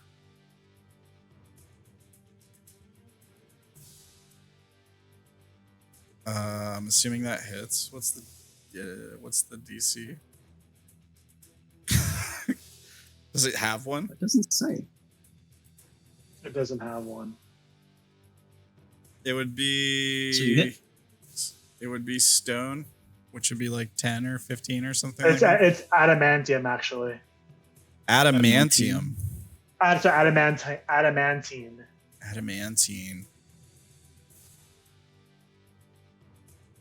23. 23. Yep. Shit. Well, it's a good thing I have advantage from glimpsing into the future. I'm But you're restrained. I'm restrained. restrained. You're restrained. Shit. All right. Well, I guess I don't hit then. All right. So that was that. Mirkrith, your turn, I think. So Mirkith like wakes up, looks around, notices he's in a different spot.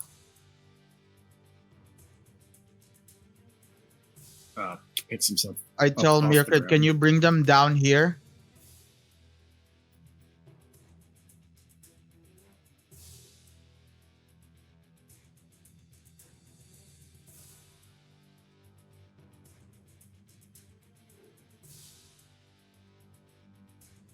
You tell Hold on, me. I'm doing math. You tell Mirkith, can you bring it down here? The stairs are here, I think, right? Here, let's agree on where the stairs that go to the second floor are right now, and I will draw them. Sure. It's right over here. It's from the square right here. This square here, and where do they go up? Like this square? This? I think they go. I think it's like a ladder. Is what it says.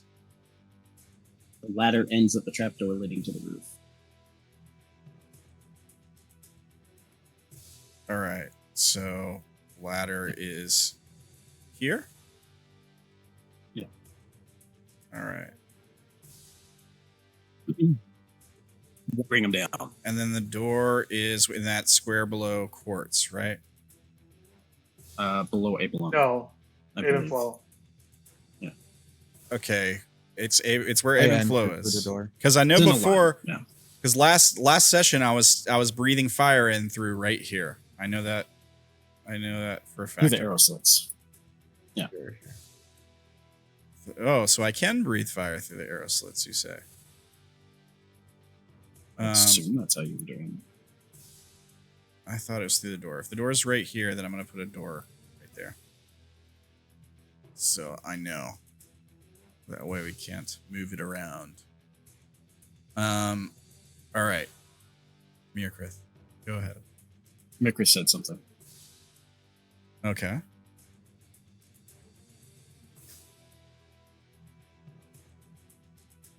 Ebb and flow. Oh, wait, what did you say? Yes. Why to bring him down? Why? Yeah. Just bring them down. We need to heal all of them.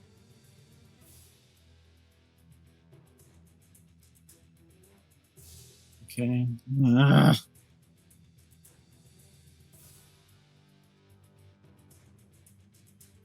half. Sure. He like growls and then races up the stairs, the ladder, whatever, and then looks around.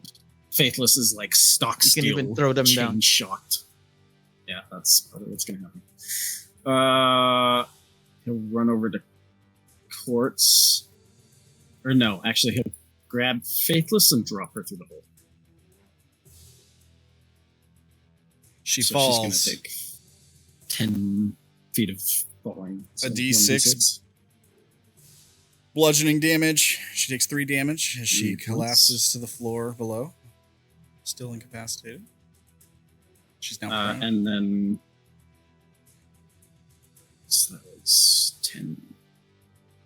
It's not 5. 15.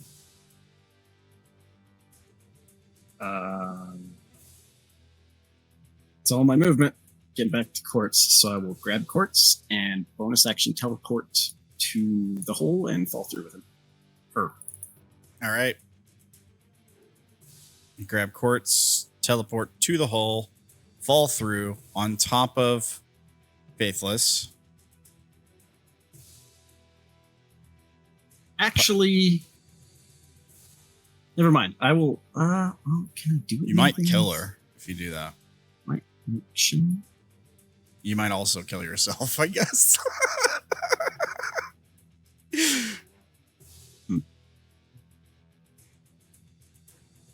Well, wait, you have Screw. 9? I will action dash. You have 9, you'll be all right. So All I can right. just drag Quartz over to the thing and then climb down. All right.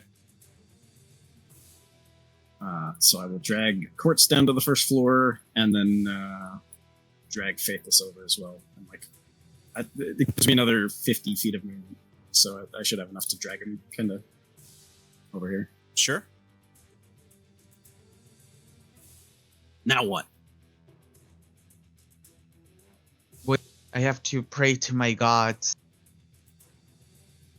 Okay, well, No, I I move actually don't past and shut the door.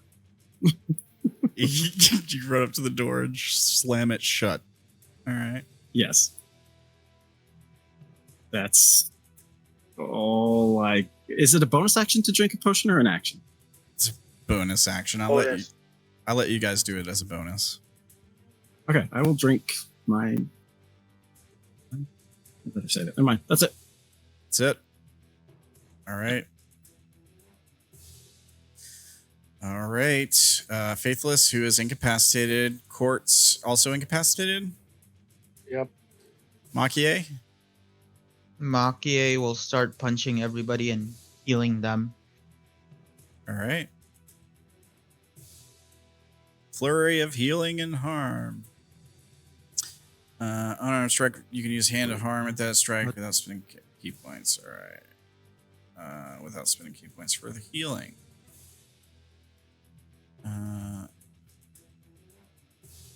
When you use flurry of blows. Okay, so you still.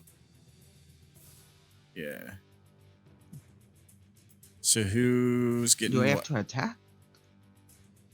You can now make a flurry no. comfort and You can- hurt when you use flurry blows. You can now replace each of the unarmed strikes with the use of your hand of healing. So you So just get, roll a d10 plus whatever and heal. Oh, Yeah. I just have to roll. and then say who you're healing for each strike, I guess. Yeah, just heal the other two. D10. Yeah, I'm healing Mirkrith and oops, Ooh. that's where. Isn't there a plus something? It's plus Wait. ability modifier, I believe. Hand of healing. Martial Store arts number. die plus wisdom. Martial arts die plus wisdom. I don't know what your martial arts die is. Okay. The D10, I'm mod. guessing. So it's probably plus 5, so I'm guessing 6. Yeah, is there wisdom 20? And yeah, All right. 6. And that was for Mirkrith? yeah, that was for Mirkrith, Oh, I forgot to heal. and then My this turn. one is for This one is for. Melora. All right. For Melora, aka Faithless Sorrow. Recovers 9. Plus 9. And then she's gonna use flurry of blows to Just- heal. I believe that's how she. Yeah, I you think you just did. you 'Cause just that was did. her action, just to punch. Well, your I think action she has to was spend key You points can- when she does it that way. yeah, your action was Oh, I see. flurry of blows in order to heal. So it she was- can spend a key Okay. point per normal attack, and then she can flurry of blows and get 2 healing for free for the cost of just the flurry of blows. Oh, okay. So that's what she'll do. All right. You got So anything she else? can heal twice. I think that's it. All right. Didn't heal because it says replace each of your unarmed strikes with the use of your hand healing. So you have 2 attacks, and then are you flurry of so blowing that's what or no? Yeah, I'm flurry of blowing. So So you get because 2 she more has 4 heals. key points. Make a flurry of blows. When you use flurry of blows, you can now replace each of the unarmed strikes from flurry of blows. Ella is explaining it in the chat. For Ella's explaining it in the chat. He says, Ella's watching? And Hi, heal Ella. 4 times 3 key. 2 to heal with normal and 1 with both flurries. Yeah, so basically it's Oh, like so she has yeah. 4 attacks. Each of those attacks are healing. I don't see any chat. and it costs 3 key to heal with all 4 attacks. Or Oh, okay. So she's she can do another action Still have- and then flurry of blows and heal twice with 1 key. Why don't I see any chat from Ella? Where is this chat? Secret. Oh, go figure. It's a secret chat.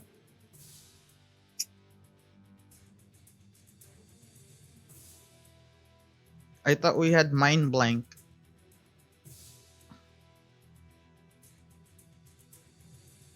So 6 is for Mirkrith and then the 11 for Melora. Oh. Is just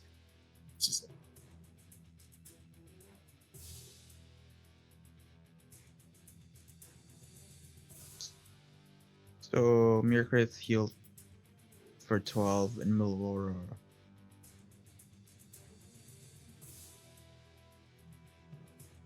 oh, 15 or something close to that. I think it was. I added it when she did it. Should be correct.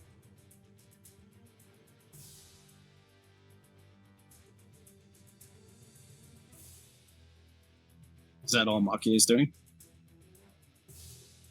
Yeah, those are action and bonus action. Yeah, I know, Brea.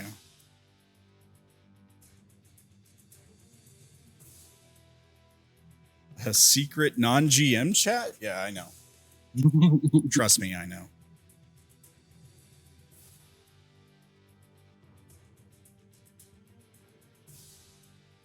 Gotta have somewhere to strategize. Yeah, if that's what you want to call it. All right. Is that the extent of the flurry of healing? Yes. Now she has 1 key point left. All right. That's your turn. My turn. Let's see here. I think I rolled to recover breath and didn't. You rolled a 1. Yeah. I'll restore my legendaries. I don't have to make any save against the mud.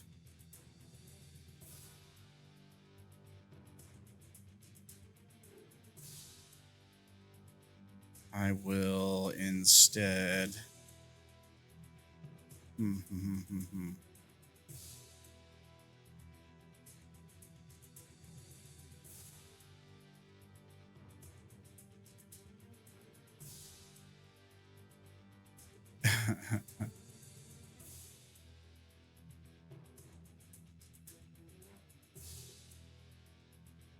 I'll use my action to break free of the mud.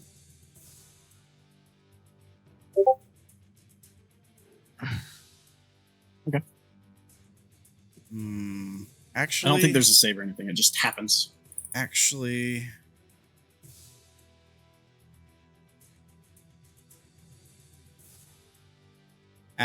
I won't you do that because then I get hit by the wall. Yes. Well, if you move afterwards, If you if you move. stay still in the mud, then you'll have to make another save at the end of your turn, anyways. The plan is to move, obviously. So instead,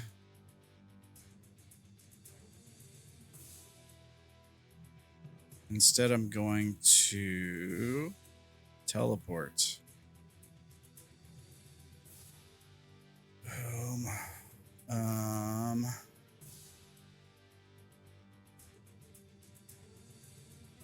Now, I could go to a different plane or something, right? But I'm not going to. To a destination you select. Obviously, I'm just moving myself. Same plane of existence. Okay.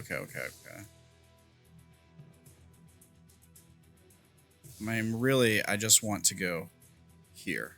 That's where I want to go. Well, first, because you do have a pustule of flesh on you that prevents teleporting. Oh shit! You would have to. I'm looking for it. Sorry.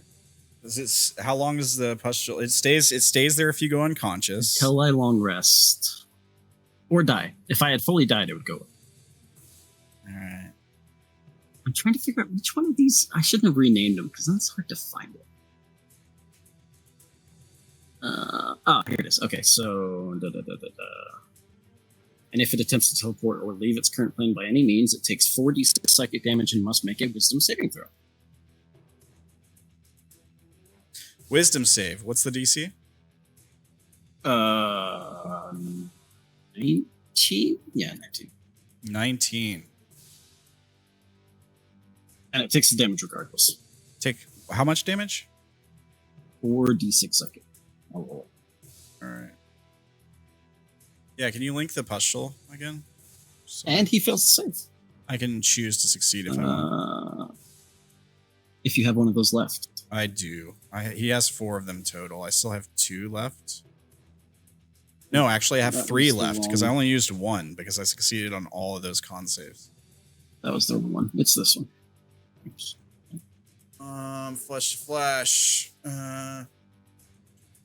Additionally, a branded creature can't take the dash action if it attempts to teleport or leave its current plane. By any means, takes 46 psychic damage to make a wisdom save on a fail to teleport or to leave the plane. Fails. Alright, so I'll choose to succeed. I'll take the damage, which was... Is that his... Do we know how many he's chosen to succeed on so far? Well, the first time around, he chose 4 different things to succeed on. And so far, since he's come back up, he has now chosen to succeed on 2 things. Okay. Okay, so I take 11 psychic damage.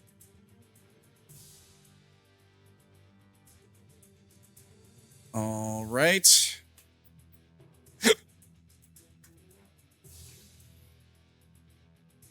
As he appears outside the tower, looking in, and says, "Little worms hiding."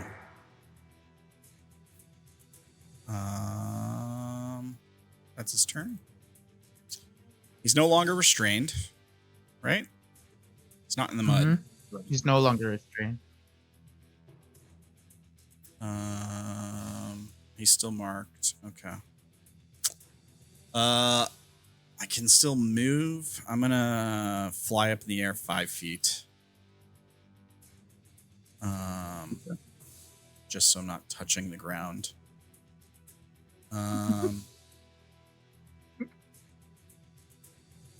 So if he flies up there, he can't see us anymore. Can he? He moves up 5 feet. Yeah, I think if he moves up 5 feet, he can still see you. He's looking down into We're on the the first floor.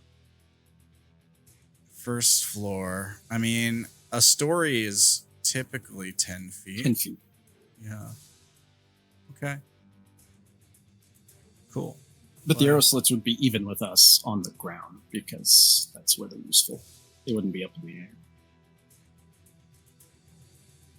I think they'd be at enough height to shoot a bow out of. Yeah, like just Like just 3 or 4 feet. They'd probably be like for tall people to be able to use them and short people to be able to use them. So maybe somewhere between 2 and 5 feet.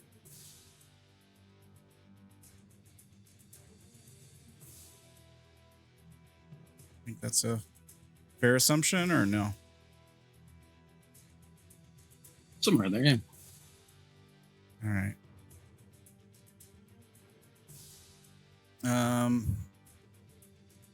All right, that's his turn. I think that's his turn. I mean, I can continue moving. I don't think I want to. Because I'm about to murder you all, so. That's his turn. Guy, you're stunned? No, I am unstunned at the end of my turn. you're unstunned at the end of your turn. All right, lair action. Let's see here.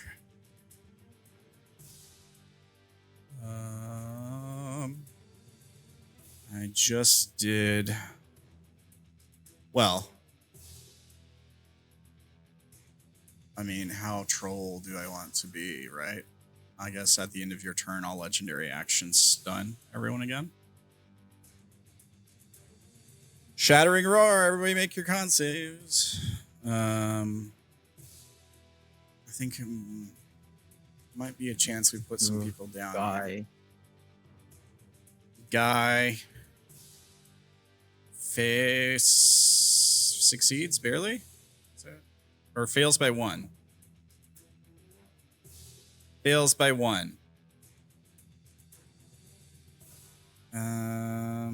Unless you got anything else you can add to that guy. You're out of range for the bond, aren't you? Yep.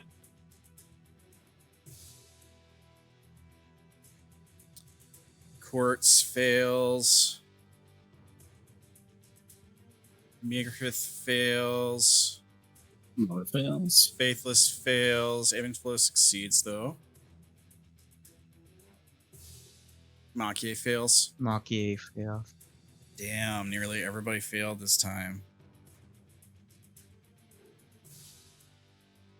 High damage. Ooh, good damage. 24 damage. That's probably going to put some people down there, huh? No. Surprisingly. Okay. Good. By 2 HP. How's the Tarask looking on HP? Not a huge dent.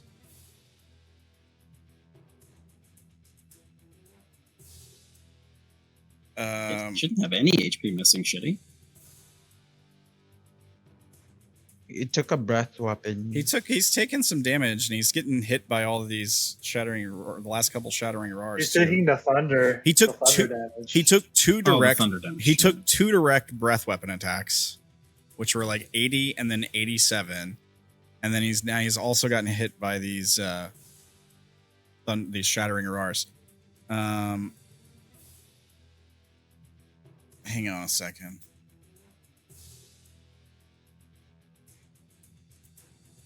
Isn't he immune to fire? Who? The Trask? Ask.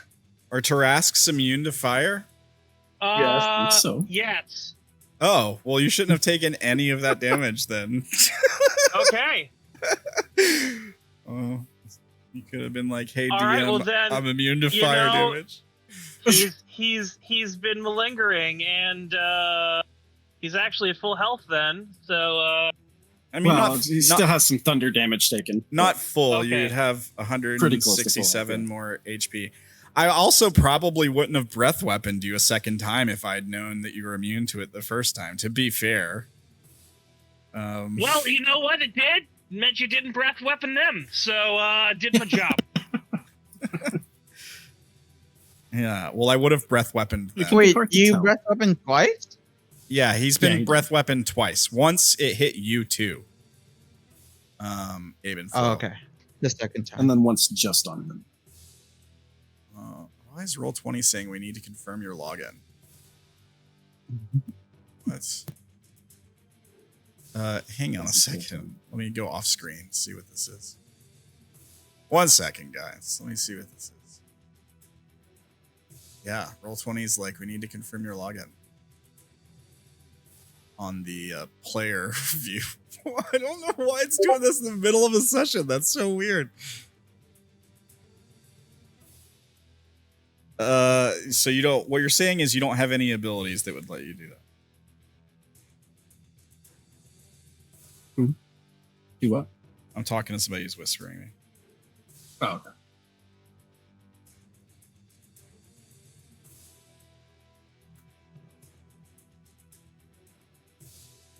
Okay. Then the answer for now.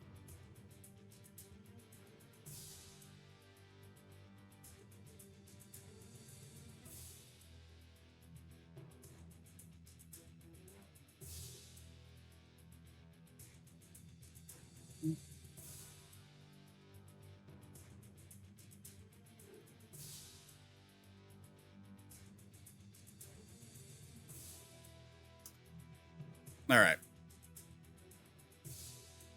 right. All right. We're back into Roll20. What the heck? Roll20. What the heck are we doing? All right, so I got legendary action shattering roar, you guys.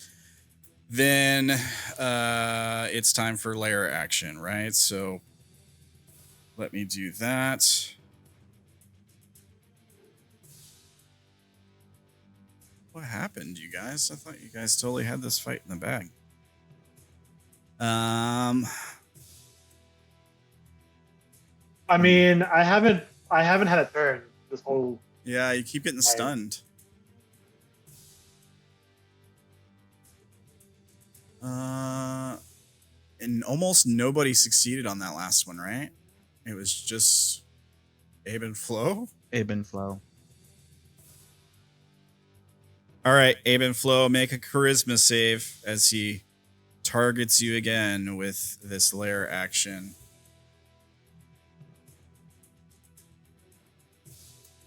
You succeed. Funny. All right, then it is your turn, Abe and Flo. He sees that everyone is incapacitated, and let's turn the wheel of fate around, and they evoke a spell, a wall of force around them. A wall of force within range. Concentration up to 10. Invisible wall of force springs to resistance at a point you choose. The wall appears in any orientation. It can be a free-floating or resting solid surface. You can form into a hemispherical dome or a sphere with a radius of up to 10 feet, which would be 20 feet, which would be big enough to encompass all of you. Or just the tower. 20-foot diameter. You can do like the whole tower, basically. I'll do like a box case, like a shoe box. Like a wait, like a shoebox-sized wall of force. No, like we're inside a shoebox. So okay, like, okay. So you're putting it like mid-tone. all around you guys, like a 20-foot diameter sphere. Mhm. Yeah. Okay. Wait up, let me delete that because let me move it So first. it's 1, 2, I drew 4, something. 5, 6, 7, 8, 9, 10. Yeah, it's perfect. Just the right size. Yeah. Right? Just the right size for the tower. Yeah. Well, for this section of the tower. Oh, okay. Yeah. Just Under- those 8 squares on the first floor. You cut out 30. Oh, underneath and on top. Yeah. Underneath and on top of you guys. Or- Okay. Mm-hmm. All right. So And fully then- encased. Yeah. And it's like, hopefully you guys wake up. I take out my vial of light. And I start hugging. It takes you 1 minute to do that. That's fine. So it's like 6 rounds of combat. Or Yeah, no, 10 10, rounds. We have a 10, Tarak. 10 rounds of combat. Yeah, but Tarask, you're right. The Wall of Force is immune to all damage, can't be dispelled, unless it's a disintegrate spell. So the only thing that can get through it is disintegrate, basically. And he probably doesn't have disintegrate. I mean, if you know the monster, which you probably do, let's be honest. You guys look up the monsters. I have no idea what this monster is. I guess I have an idea. You totally know what this monster is. Don't lie. I figured you made this one. No, I've said repeatedly. Now that you say that. And you've also seen the name and its moves since last game, at least. And I've told you guys. Oh, yeah. And I've told you guys beforehand, months beforehand, basically what this is. Like, you guys know what this is. Don't act like you don't. Don't insult my intelligence. I honestly hadn't thought of it. I thought you would add like spells on it. I mean, I might have, but that's the monster it was created from. All right. So yeah, you put up this wall of force. I mean, yeah.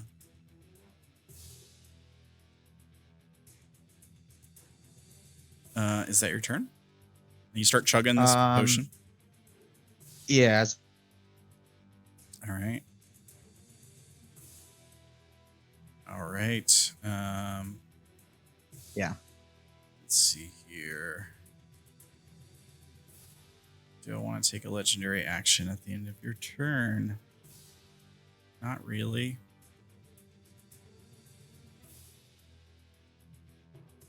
Not really. Not really. I don't really want. I mean, I guess I could actually. I could do that, but it wouldn't really do much except for let me move. No, actually, I can't do that because I've used 2 legendary actions. So, all right. So that's your turn. No legendary action for me. Mirakrith, you're stunned, right? Yes. Same with Faithless and Quartz and Us and Machia. And Makie, so it's back to my turn again. As he peers, like we see this giant eye by the this that's just like pouring light out by this arrow slit.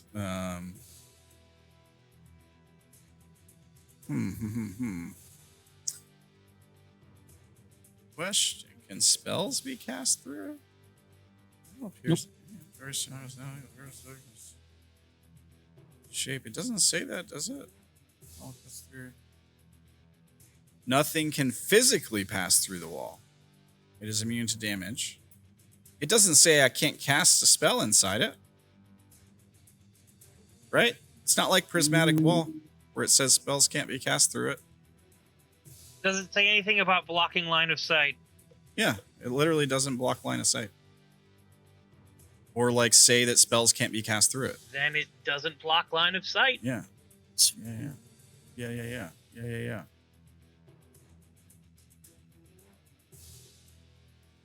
Oh, I didn't roll. Wait, is it? Go ahead. It is invisible. What? I was trying to look it up.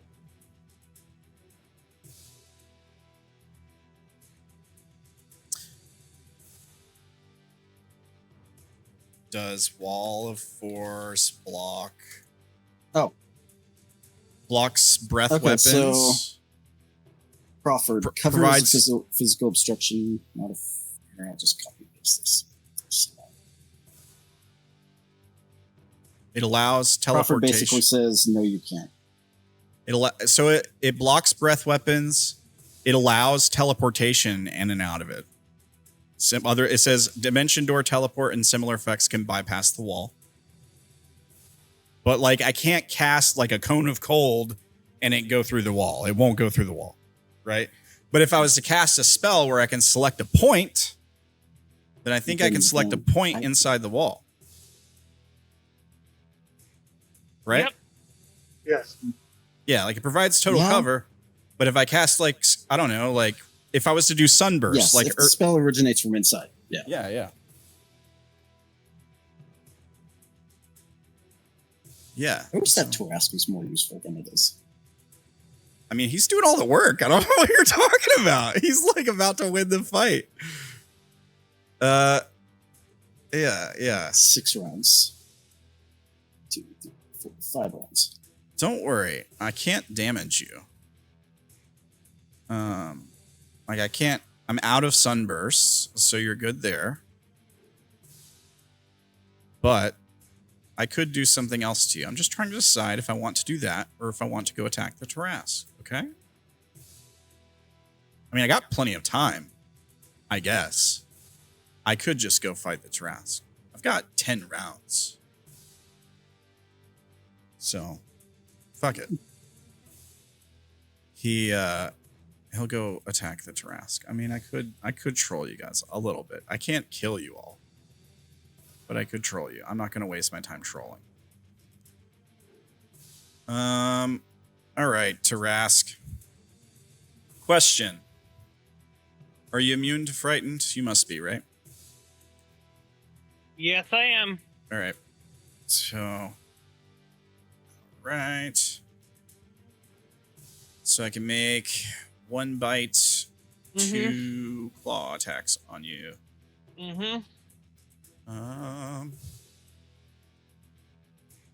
And you're stunned? Right? No, you're not stunned anymore, right? It's at the end of my turn, I believe, and this is your turn. Oh, yeah, so you're stunned. So I have advantage then. Sure. 24. Yeah, that'll hit. Right. Actually, no, that won't hit. That won't hit. Sorry. No? No, it won't hit. All right. 25. All right. Technically, 27. All right. So, claw. That hit. For 0 damage.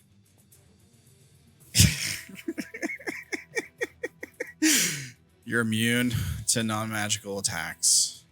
Non-magical bludgeoning, piercing, and slashing. All right. Then That the 18 of force would have hurt a little bit, though. Yeah. Then the other claw doesn't matter then. All right.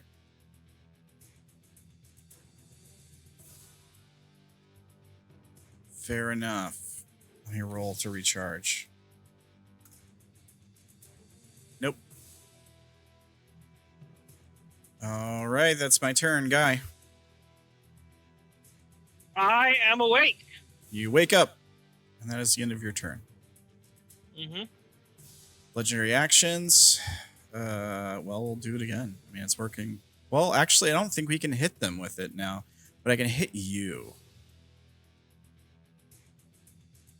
As the dragon bears down on you, its claws scraping harmlessly off your shell, and its bite, and it roars.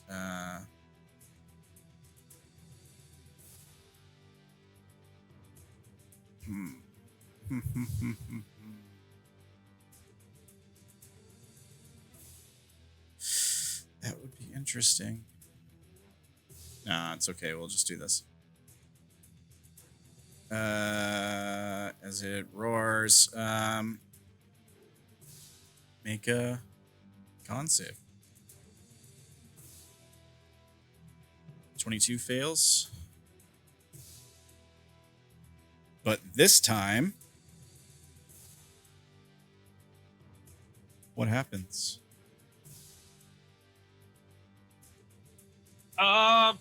Nothing. You can just go.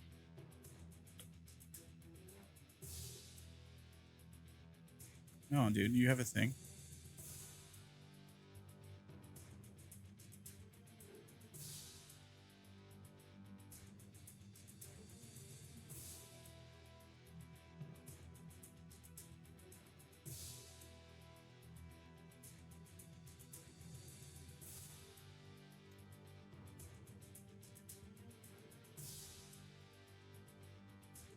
You should have had those. The Tarask has those.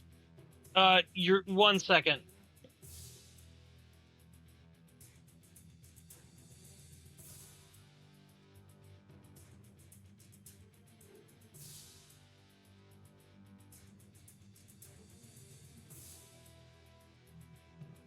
Oh, That's really? what I read as saying I don't have those. Oh, really? Yeah. I thought it was a mistake. Make a religion check. All right.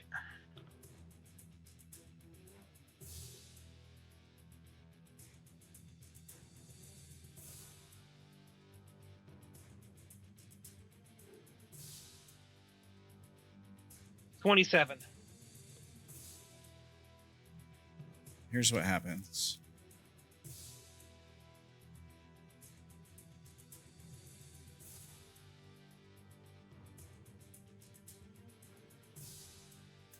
As Aurelius is bearing down on you, as you're trying to push through this pyramid, you're getting stunned. He's not like making contact with you now. The shell is blocking him. We see this immense shell and the turtle light up and start to glow with stars appearing, like stars and space nebulas and stuff appearing, reflecting in the shell. Okay. You fail the roll. You take 3d12 thunder damage. You generate. I'll whisper it to you. I already did. You take 15 thunder. You are incapacitated.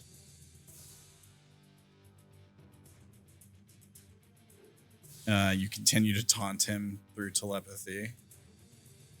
All right. All right. You're incapacitated. Take more damage. Boom. Okay. Even Flow, you continue to drink the light. I take it. Yes. All right. I'll take another legendary action here to attack the turtle with a bite.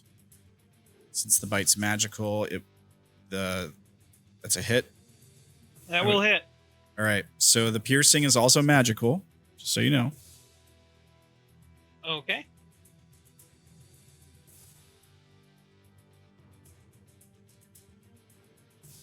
All right. Which is nothing to you, basically. But let's be honest. 50 damage is like a drop in the bucket for you. Okay, so that's legendary action after Aven Flow. Mirkrith, I think you're not stunned anymore, right? Correct. That was last turn. Yeah, you can do stuff. The rest of you guys can do stuff now. Now what? You can reach for my pocket. You keep cutting out. Yeah, I don't know. I heard reach for, and that's about it. Reach for the sky. Oh. Reach for the sky. Reach in my pocket. There should be a vial. Start drinking. Okay. That doesn't feel like a vial. Oh, wrong pocket.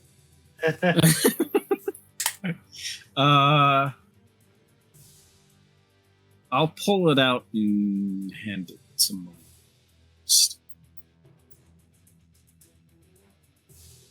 Who are you handing it to? Or like start force feeding it. Faithless. All right. You force feed Faithless some light. It's going to take you 10 minutes. Or sorry, a minute. It's going to take you a minute. I'm just like starting her. So I'll Okay. use my action to start hers. And that's it. Okay. I think that's all I'm doing. I'm just feeling at the invisible wall, I guess. All right. Do you recover HP on your turn? I think you do, right? You Yeah. have some regeneration stuff. A little tiny bit. All right. So that she continues drinking when it's her turn. Yeah. All right. That's your That's interesting. turn. Faithless drinks. Courts.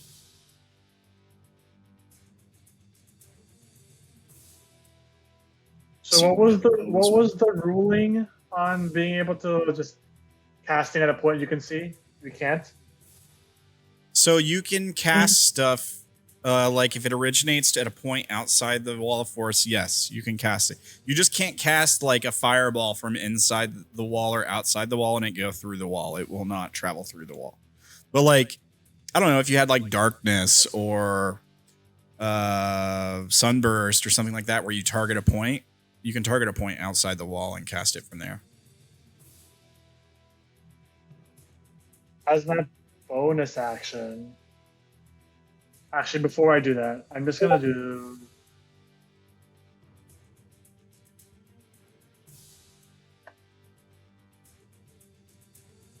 Summon one of these. Summon Draconic Spirit. All right.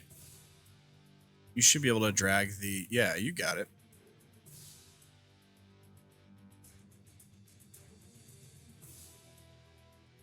Gotta be bigger though. Here, let me help you out. Sure to put its HP and AC in the circles. Yes. And as a bonus action, I will also start to chug a vial. All right. That is it. All right. So we got two of y'all who started chugging this turn. And then one of you who started chugging last turn. So I'm just keeping track of how many rounds they're chugging. That's all. That's all the numbers are. All right, that's the end of Quartz's turn. I'm out of legendaries for the time being. Makie. Wouldn't the dragon go after Quartz? Yes. The dragon? No, the dragon goes after Makie. It's no, the little dragon, the new dragon. Oh, okay. Yeah. That's fine. Yeah. It's gonna go up to him and bite him. Bite Multi-attack. him. Please put his... Oh, I only have 2 multi-attacks. All right. Please put his AC in the blue circle when you get a chance.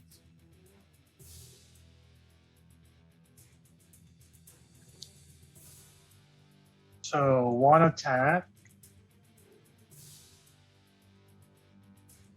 22. 22 hits. Just 22 just hits. For 11 piercing. Another attack. 18 doesn't hit, I'm assuming.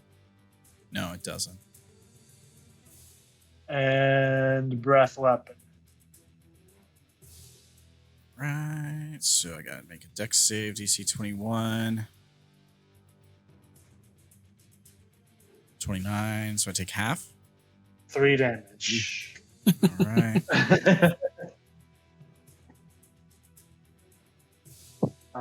That's it. Like a cat on his back, just kneading away. That's about how annoying that dragon is. Yeah. Also, when I summon it, I'll give Quartz radiant resistance. Okay. And then that's it. All right. Makie? Or is she stunned? She'll drink Makie starts drinking from the vial. Oh, okay. Makie starts drinking. Yeah, nobody's stunned this round. That's right. All right. Yeah. Okay. Legendary actions refresh. Boom. All right. I'm going to take my attention off of Guy for a second since I don't do much damage to him anyways. Let's see if I do any damage to the other dragon as he turns around and focuses on it. First of all, is it immune to frightened? Let me check. Summon Draconic Spirit. It is... Yep, conditions, immunity is charmed, frightened, poisoned. All right. So I'm gonna bite it.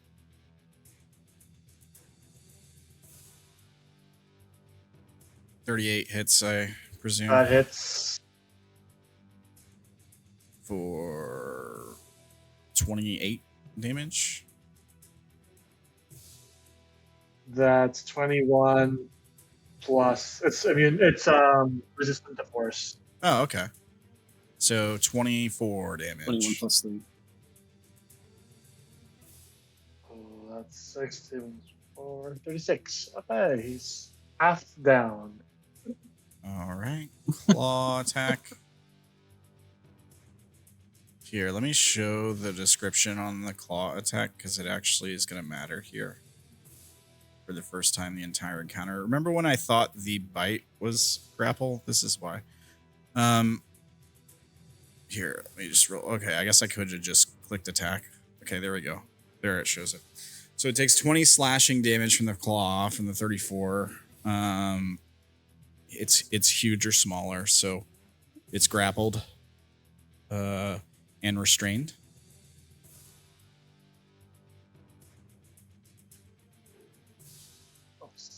The second claw is a 21. Does that hit? Yep. All I'm right. gonna die right here. Oh, it's just alive. 1 HP in a dream. We have 1 HP in a dream. As he just like he turns around when the dragon starts attacking him in the back. He turns around, just starts tearing the thing apart.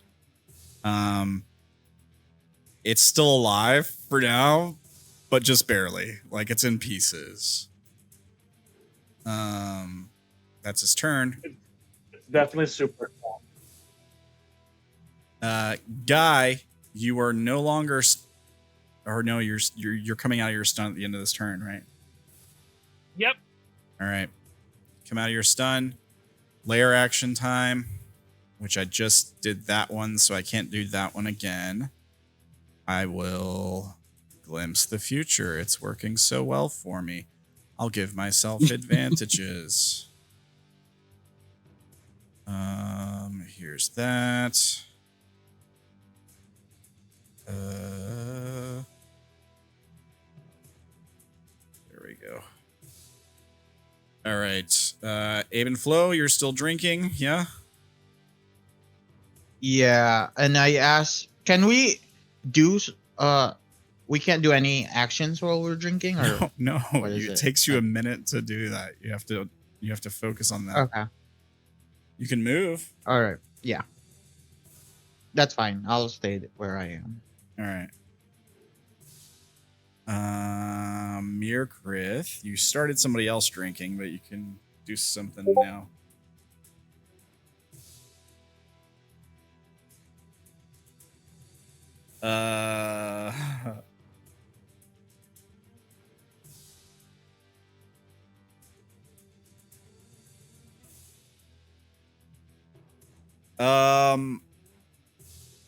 Oh man, you're actually being kind of Oh, kind. I was muted.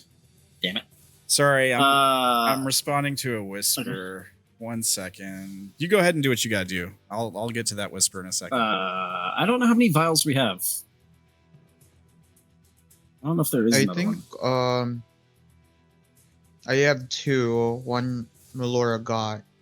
How about Makie Force is using the only one she has left.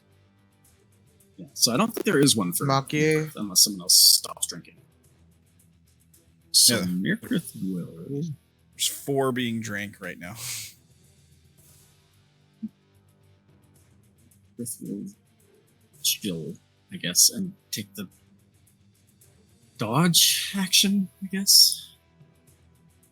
You cast the dodge spell. That's it for Mirkrith. Melora keeps drinking. All right.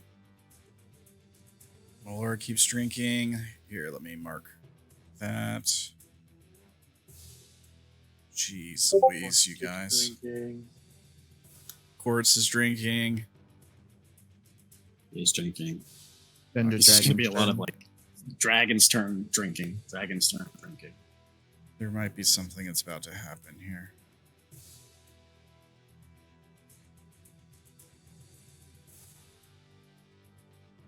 Misses. Misses.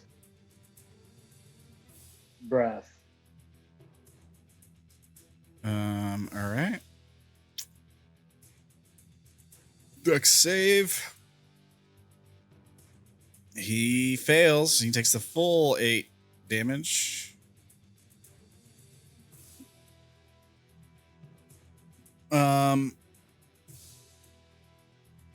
It's gonna go over to Ooh. here. He's the dragon. You're grappled and restrained. You can't move. Oh, never mind. Oh yeah, that's it. The dragon yells out towards back over its shoulder towards the Tarask. It yells out, "Perhaps you're right. I should flee. Take your light with me."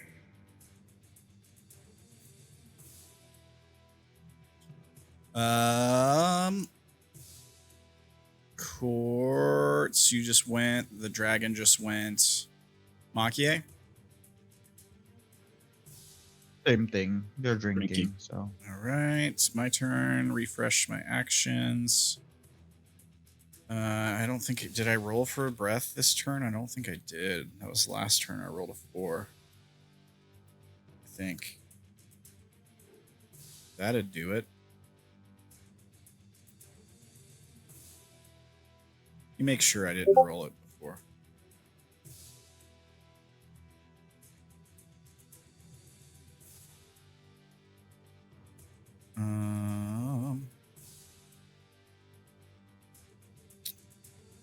Well,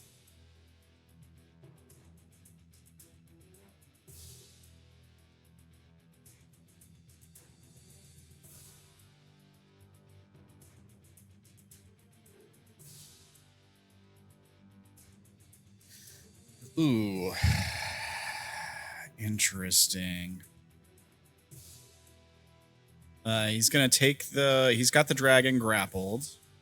It doesn't slow him down. It's too small. It's 2 sizes smaller than him. He's gonna fly to here. He doubles back, goes on top of the pyramid. He's gonna throw the dragon, or he's still grappling it, but he's holding it like in your space because it's smaller than you. Fine. And he's gonna breath weapon you, the dragon, the tower, everything he can hit. He can't hit the other players; they're protected. I mean, breath weaponing me, we've established, Yeah, does that's right. nothing, but okay. Doesn't do shit to you. Doesn't do Yeah. anything. I mean, I could do his other breath weapon, but that probably wouldn't do anything to you either. It wouldn't really do anything beneficial. One to for sure won't do anything. The other one might not. you. Yeah, but I kind of want to kill this dragon. This weapon will just die. So.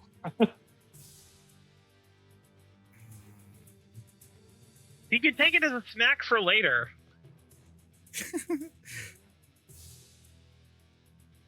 All right. He will cast a spell.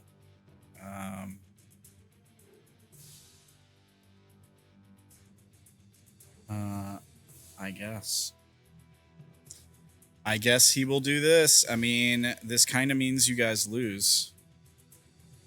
Actually, Brandon, I meant to ask you this earlier. I don't think I did. Persuasion check? Or intimidation, whichever you want to roll. Seems like you're being nice.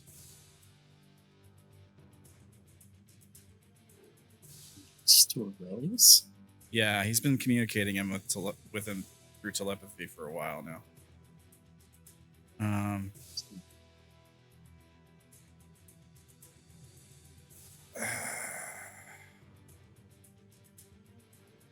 I'm going to give him disadvantage on this check because you're right.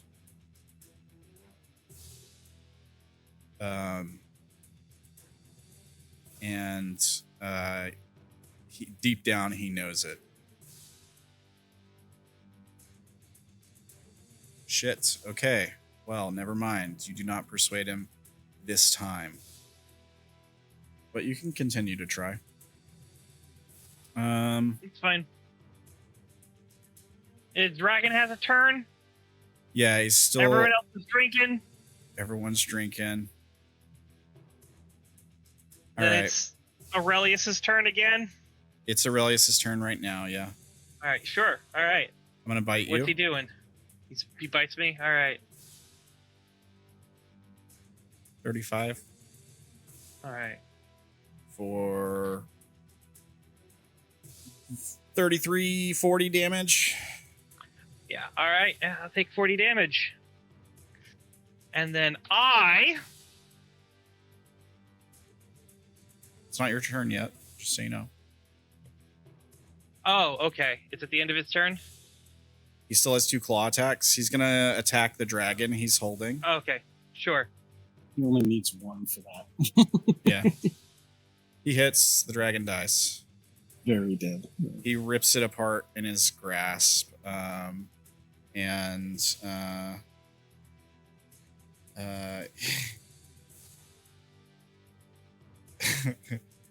It shatters into a million pieces. Yeah. Yeah. All right. Here. Sorry, the audience is having trouble seeing this. Okay. And that is going to be his turn, I think. Excellent.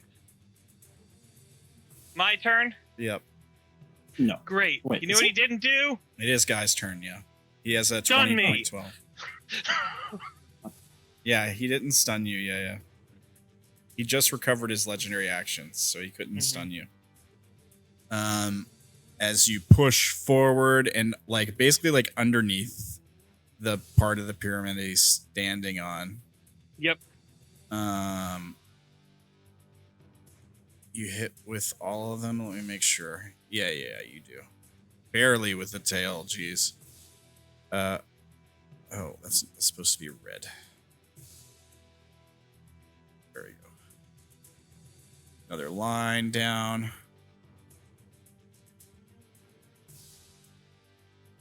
All right. Is that the end of your turn? Yep, that's what I do. Lair action. His future sight ends.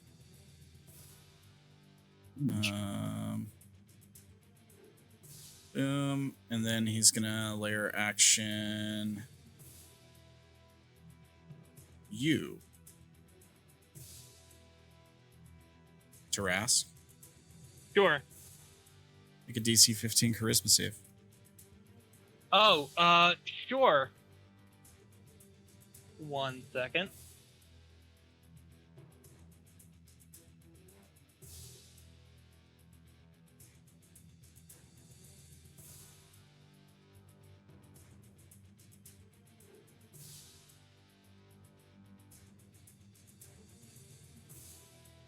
Hey. That'll do.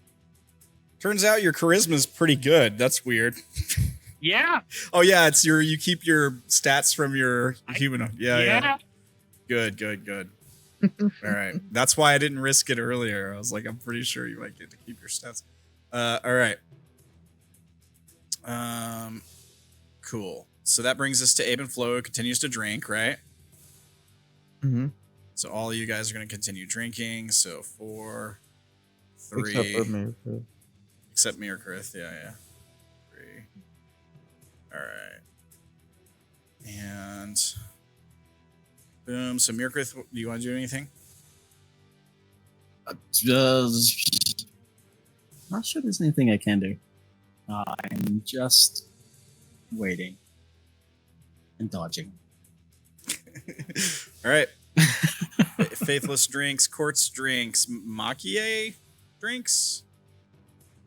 Yep. And back to my turn. Damn, it's like I'm the only one playing this game right now.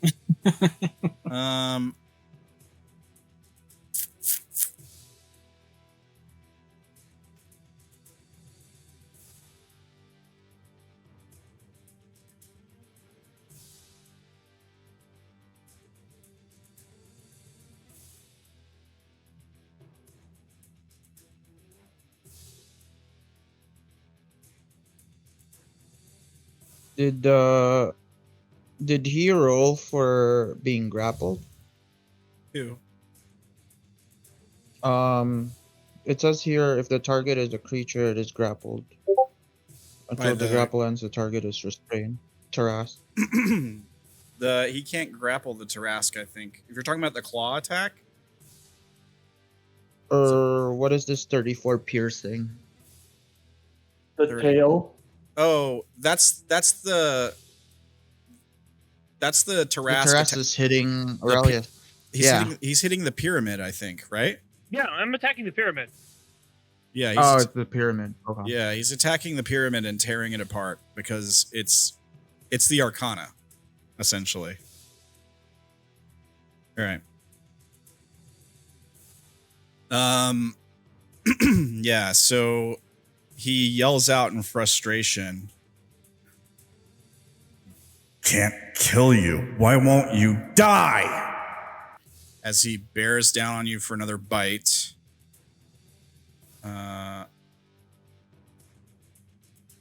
36. Again, these are all drops in the bucket to you. You're not stunned, right? Let me take that stun marker off of you. For another 37. She's still got 1 billion health, basically. The claws are useless, so I won't even roll them.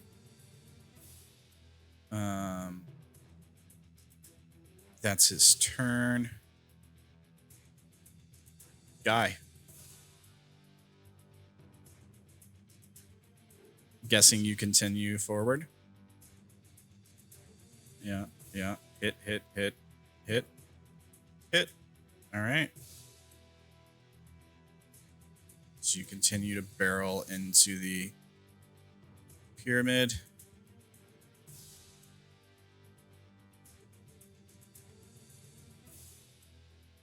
All right.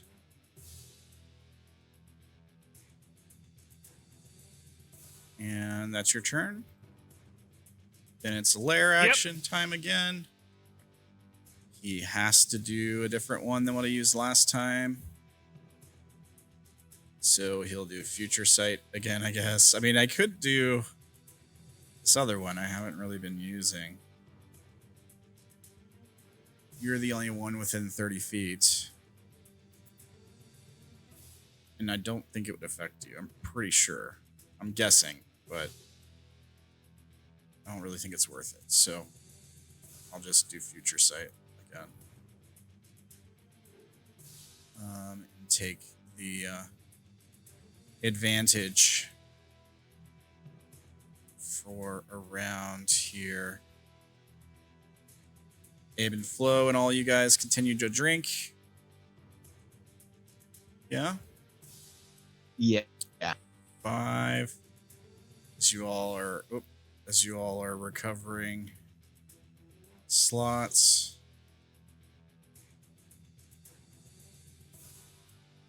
Just gonna shorthand it a little bit. That's awful handwriting. Okay. Neokrith, you continue to dodge, I guess. Yeah. Yeah. I took my Faithless. 5 healing for the turn. All right. Everybody's drinking. Back to the dragon, who's going to continue in probably in. Yeah, he does. Yeah.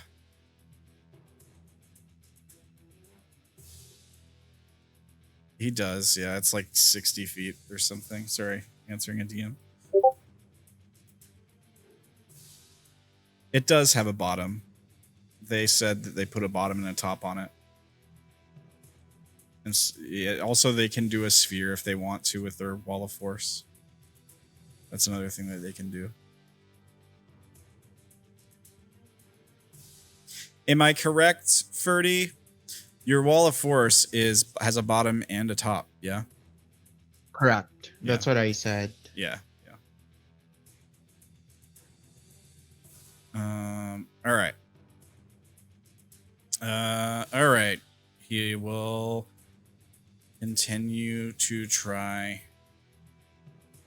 to bite you. Let's see. Can I do something that maybe does more damage? Let's see here. You cast a spell on you or something. Man, they burned all my good spells, really. All my good damaging stuff. Yeah. I can do... There is one thing I can do. I'm gonna fly back behind you.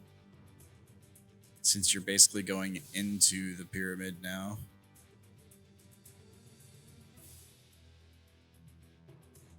I think he's too enraged to focus on everybody else. I think he's just trying to stop you before you make it all the way in. So bite.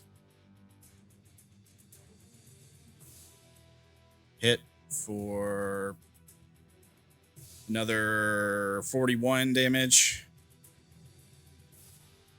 Claws don't matter. Refreshed his legendaries. And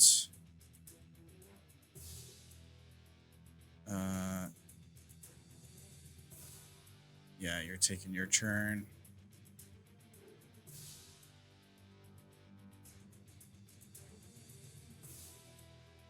Another 5.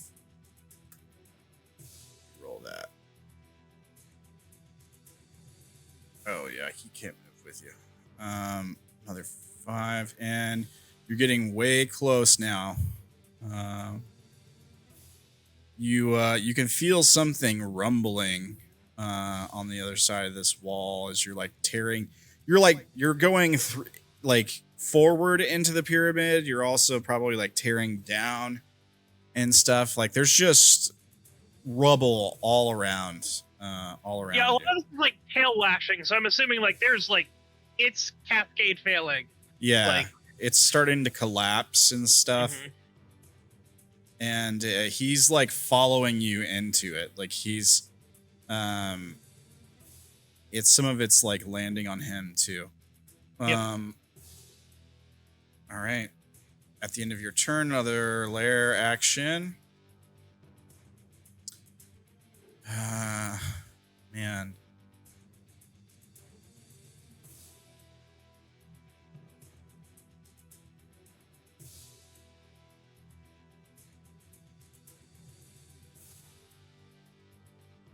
Oof. Oof, oof, oof. Let's see. I don't know. Can I see you guys through an arrow slit at 50 feet away? I don't know. Tarask, charisma save for the lair action. You'll be fine. You got that Guy Mundo charisma. It's only a DC 15. Yeah, there you go. Okay, Abe and Flo and all of y'all continue to drink, yeah? Yeah. 5, We'll just see what the Taras does. It's like 5. All right. Mirkrith dodging. Mundo.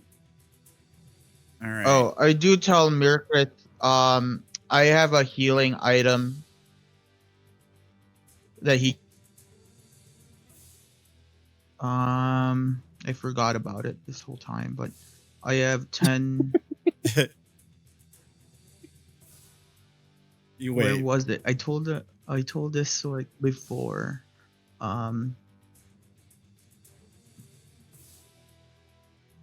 Oh, do you have a thing imbued It's with a a bunch of like, second- cure wounds or whatever? Yeah, that's the one. So you could use it I to heal remember yourself. this. A second level So cure is it wounds. is it just okay? Yes. Mirkrith I'll will also take tell that Mirkith I have instead a of dodging. potion of supreme healing in my bag if he wants to grab it. I'm only healing 5 HP. I'll take Freddy's thing and heal myself. I guess. Second level. All right. So it's 2d8 Yes. plus C5. Yeah, you might need that here in a minute. 5. 17. Okay, that's going to speed things up. All right. Laura drinks. All right. Everybody else drinks heavily. Or heavenly. All right. At the end of Makie's turn, before my turn starts, I want to use my legendary action because I didn't use it this round. I didn't use any of them this round.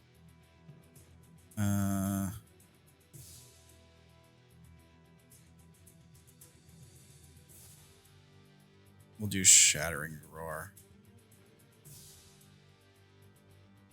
I guess, actually, at the end of Mirkrith's turn, you fail again? You do have Does he that have thing. legendary resistance? He didn't, because when you transform into a creature, you don't get their legendaries, but he got one from a religion check.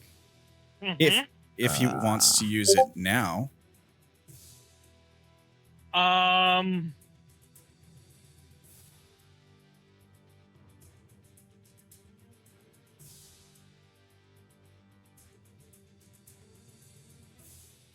What's the response to that? To what you say? Yeah. He says,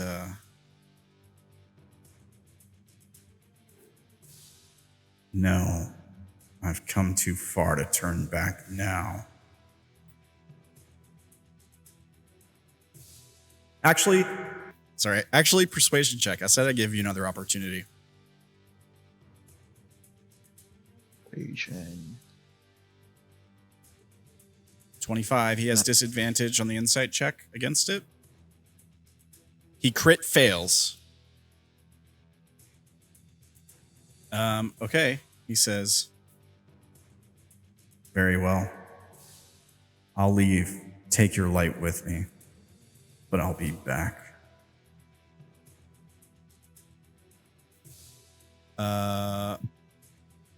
Okay. He won't use legendary actions to do anything else. He was going to try to bite you with his last one.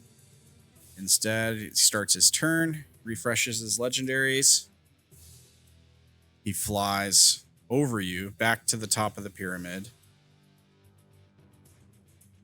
He lands on it. There's a thud as he looks directly up into the sky and opens his mouth as light erupts from his mouth straight up.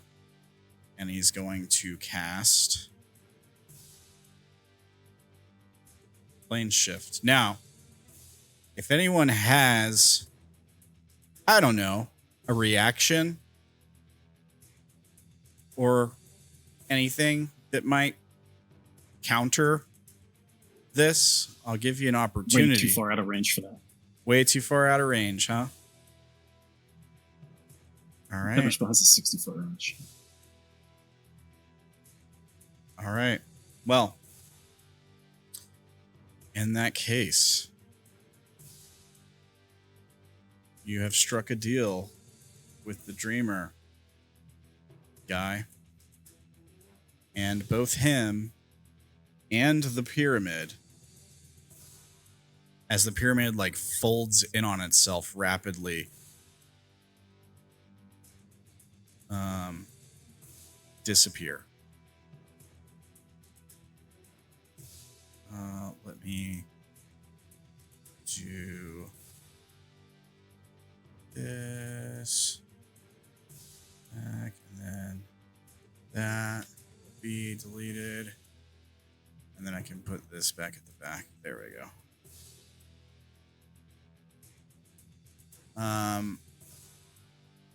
As he plane shifts and runs, because he's convinced he cannot kill you. It would take too long.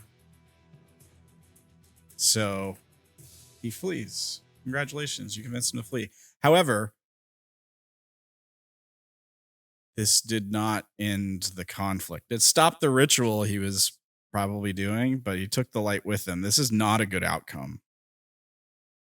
guy. But it's As not done yet. silence falls over the battlefield, the pyramid disappears out from under you. There's still the rubble of it. All the pieces you tore off of it are still like laying around. But both the pyramid and the dragon vanish.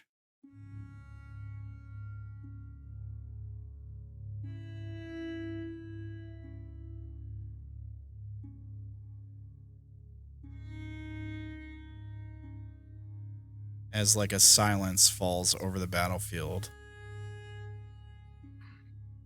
What do you do?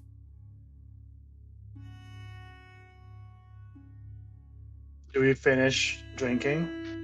Yeah, you can finish drinking. The moment we finish drinking, I remove the concentration of the wall of force, Okay. so people can go out. Yeah. Make sure you refresh everybody who is drinking's HP and spell slots as if they got a long rest. I would heal myself. How many rounds were left? Like 5, 6 for people to finish 5. drinking? Yeah, 5, yeah. 5? Okay. I'll heal myself with that thing 5 times over the rounds, plus my natural hit. Yeah, let me see. Let me take a look at something while you guys are doing that.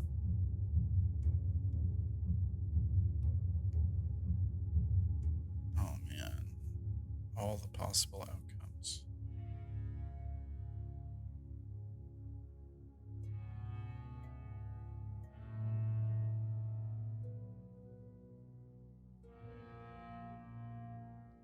In the in the sky, the flickering light of the fountain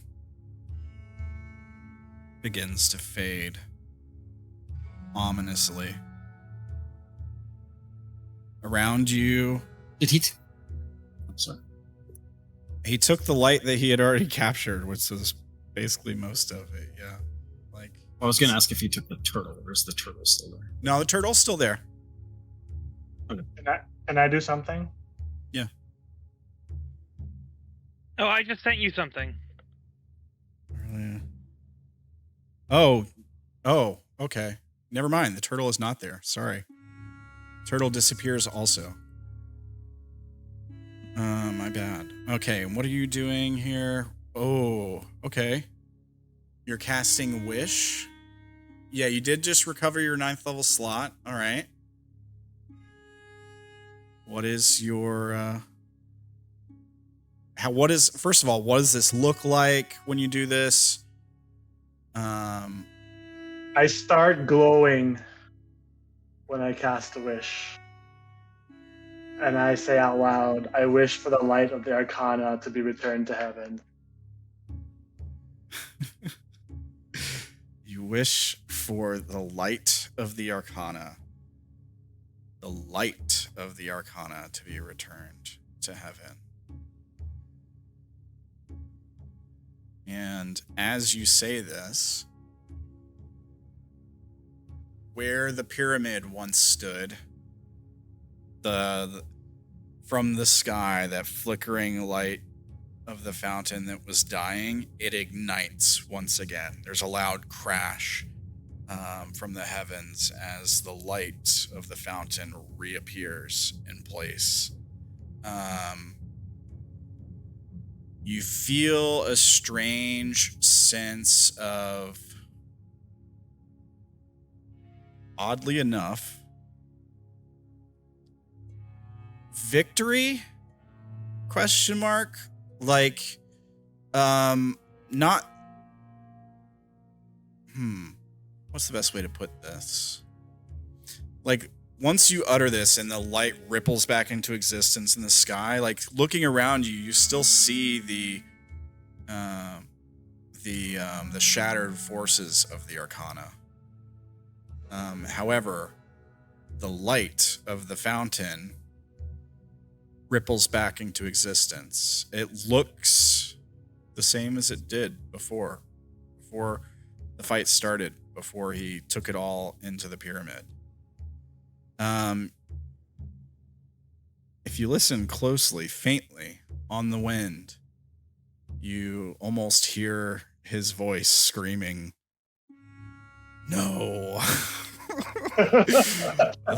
Like you get the sense that you robbed him of it.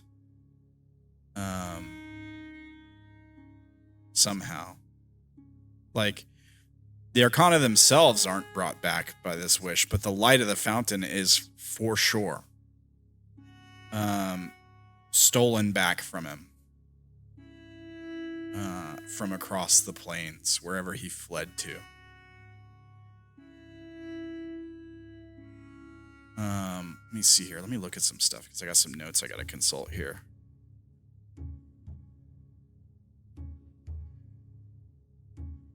Yeah, heaven reignites with a renewed radiance. Let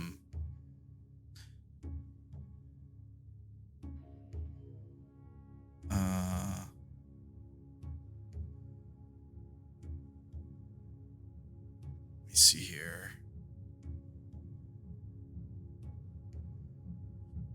Where the pyramid stood is an immense column of light. Let me see. I can get rid of the turn order. We don't need that anymore. Let me see here. Let me put this animated.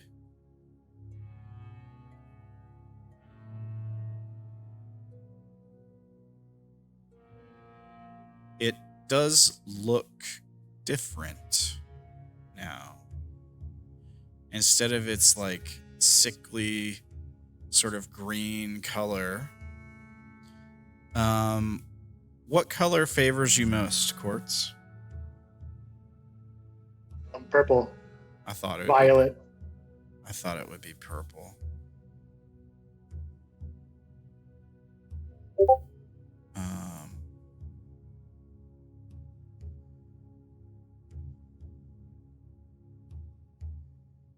A new portal opens. Hang on a second, players. Let me fix your vision here, so you can kind of see what's actually going on here. A little bit better, anyway. Or sorry, not players, audience. Okay, so you basically wished the light back from him after he stole it and fled. That was a very good use of that. I will just say, I did not exactly see it coming. I knew you still hadn't used Wish, and I was wondering what you're going to end up using it on. Well, I couldn't use Wish until I regained my spells. Yeah. Because I had Prismatic Wall. Yeah. You get the sense that of potential here. Like, you just respawn the light of the fountain back into existence. I think it's needless to say, like, you essentially like cast the best creation spell that's ever been cast just now. Like, you have a connection with it, like a deeper connection with it than you did before. You get the sense that the impact from this has a lot of possibilities. The possibility to reshape reality into something new, potentially to, I mean, you could leave it to do whatever it does, right? But there's a lot of different possible outcomes that this action could lead to. As you all are sort of like standing around, like kind of taking this all in, reflecting on your journey, let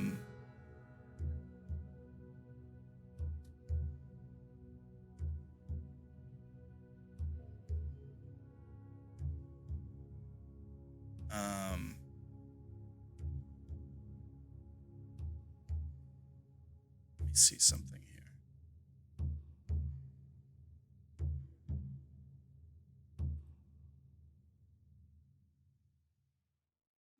won't he just come back for it again?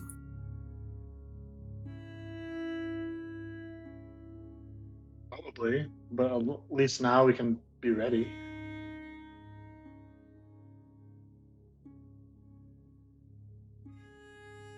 Why didn't the Arcana stop him?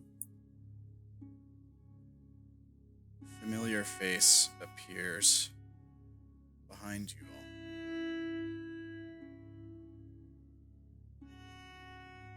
As you ask that question, you hear a familiar voice behind you, Mirkrith. It says, they tried. They failed. But you didn't. No.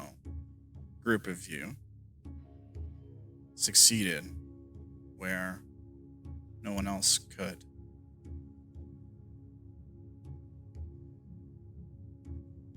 As he slowly walks around to the side of you, standing by Mirkrith, just looking up at this giant light. And he looks over. He kind of leans forward and looks down the line of people all gathered.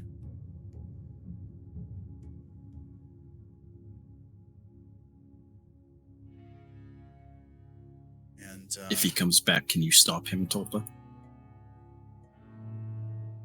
I don't know. Can try. Should be easier now. Takes a step forward. He's just staring at this light. There's this look on his face. Make an insight check.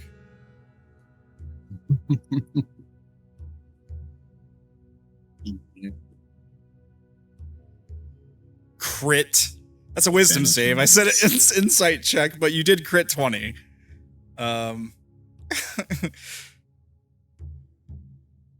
34. Yeah, well, you got a crit 20. You got a critical success. So the look on his face, even Mirkrith. All right, I didn't know you were so good at insight, Mirkrith. And so insightful. The look on his face is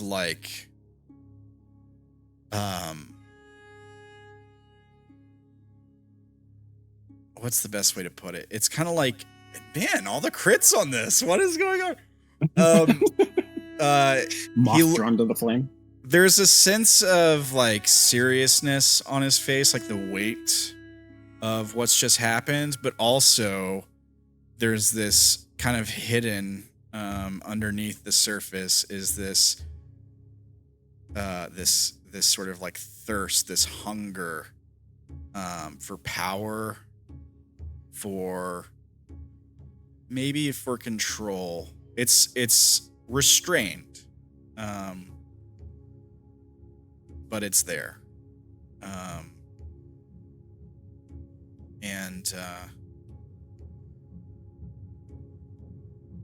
And he says, well, should be easier. His throne vacant now.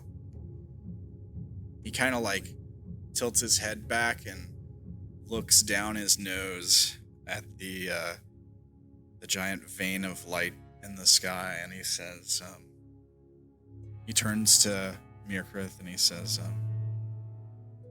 well, you did it. Seat at the table. Someone should claim it. And he takes... Shouldn't that be you? Yeah, he kind of nods and he says, yes, I think so.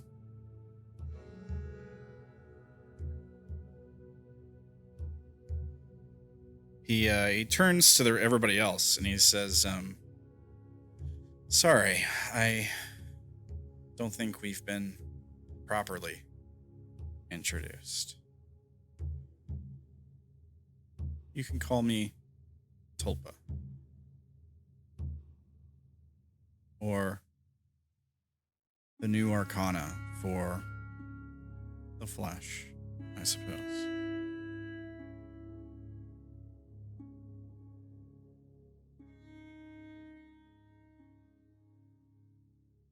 Have a seat at the table, Tulpa.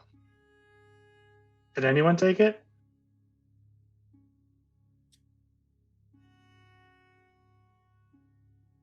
Potentially. He kind of like narrows his eyes at you. He says, new symbol, not one of the old. But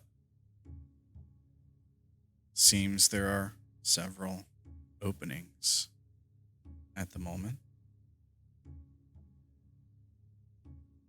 What do you mean? Well, look around. Heaven's forces are shattered. The light of the fountain, here. The wheel, while in pieces, is saved from destruction for now. But there is some cause for concern. You see, without the Arcana, heaven is weaker. This beacon will attract opportunistic forces. It has no protectors now.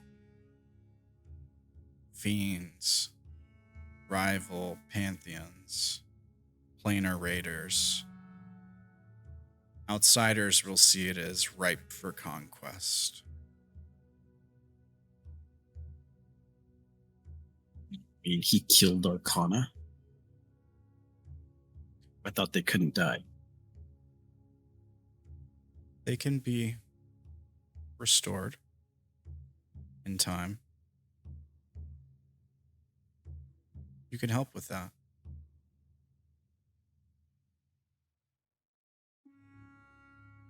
What do you think, Mirkrith? I could use a bodhisattva, someone to represent my will in the world. He kind of stares at you intently, like you get the sense that this is something he's been wanting to say to you for a while. Like something he's been waiting to say to you. He went from you failed to this pretty quickly. Yeah, well, he had 3 sessions to wrap up the whole campaign, so, you know. That's fair.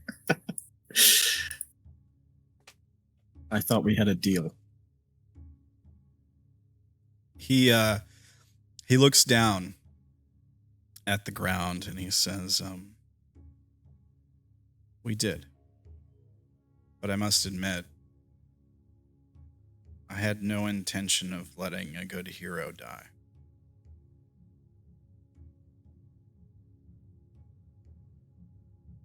It's the void, you see. That enigmatic void, deep and unfathomable, serves as a crucible for the soul. A Oh, nexus. you lied to him. Yes.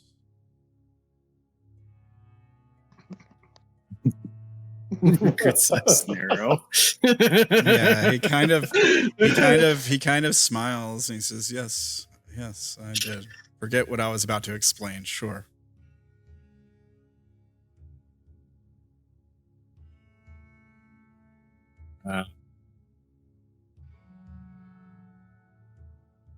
Yeah, I mean his eyes narrow and he like flexes his claws slightly, but he doesn't quite look like he's ready to attack. He glances over at Quartz. Quartz has actually been a good guide. If you look away, we see this shot of him like Tulpa like standing behind you and this look on his face of like sadness. But it only happens when you look away, Mirkrith. So you don't see it, but like anybody else who's looking might pick up on it.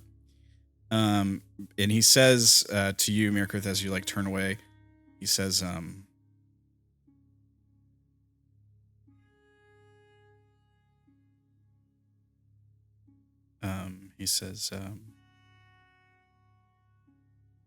You've seen what happens to those who die. Do you want to go back there? Or do you want to build something better?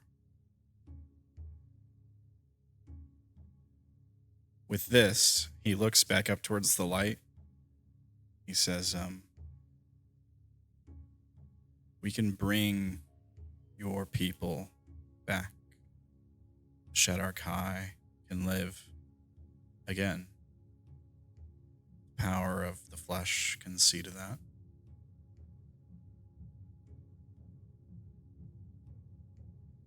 Pentecost wanted oblivion.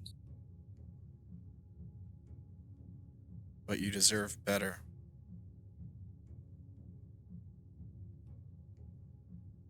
And besides, you've conquered the hunger. I told you. If you can't do it, neither can I. I'm going to need that going forward.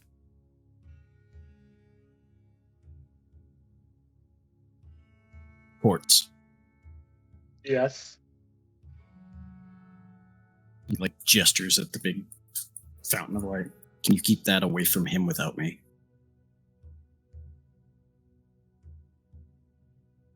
To be honest, I don't know too much about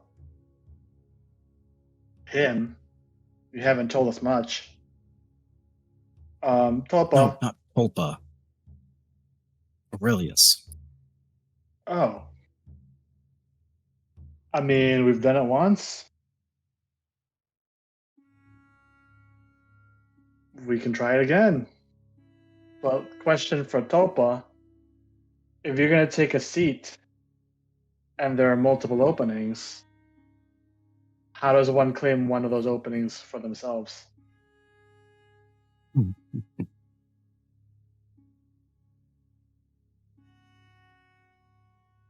He gestures to the light and takes a step towards it. And he says, well, there's no one else here but us. Ascend with me. Quartz goes on her broom and just flies over there. Do you just fly straight into the light? Right here, and she just goes, Near it? so who's with me? I'll follow.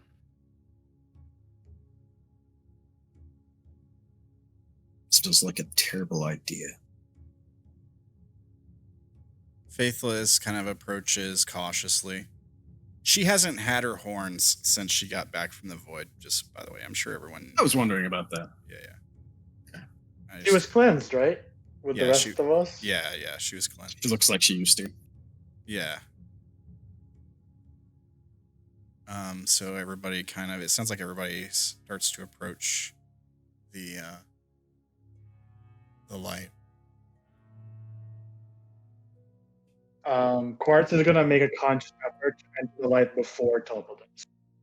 You want to enter before Tulpa does. Okay. Hey, I don't know that it matters, but yeah, you can do that. If you want to step into it now, you can. Is there anything you have a chance before you do to like say anything to reflect on what you've experienced so far? As you guys approach the thing, as you guys are walking toward it, Tulpa is talking. He says,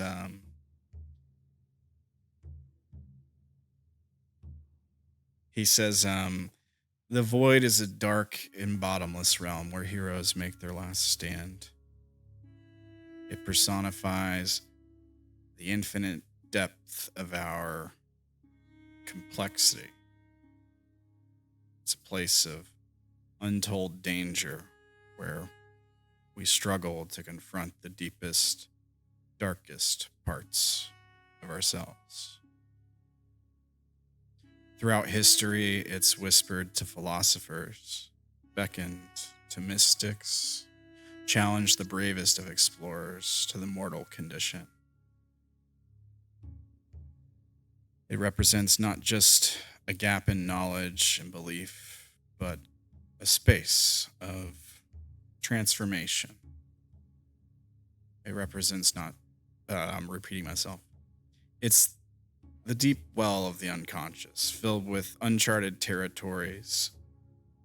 It embodies the ultimate confrontation with meaninglessness, a leap into the void, from which emerges personal authenticity, freedom, and enlightenment. It symbolizes the great divide to be crossed, a dissolution of the self, which unites seeker to the divine. It's a ritual, part of ascension. Those here have completed it. And by confronting the void, by gazing into its depths, one can hope to glean the truths that shimmer in the darkness.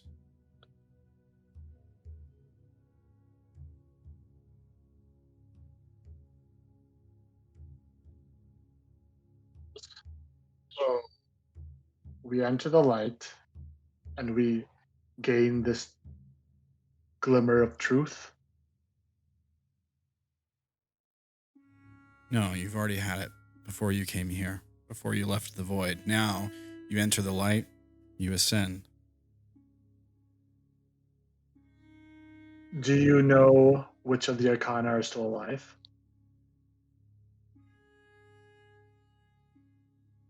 He kind of stares off into the distance as if looking at something that you're not aware of. And he says, hope still burns bright.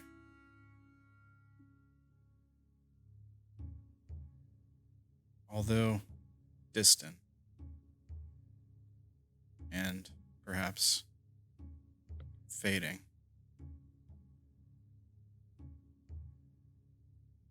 There is another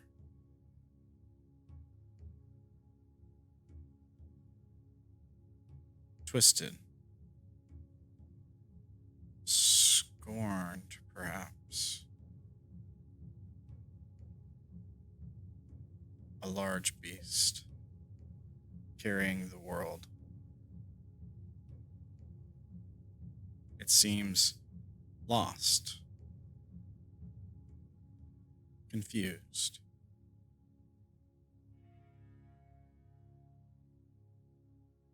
Somewhere, even farther, locked away, protecting itself. A creature of flawed perfection, shimmering like golden threads. Blinks a few times. He kind of looks at you like he didn't hear what he just said.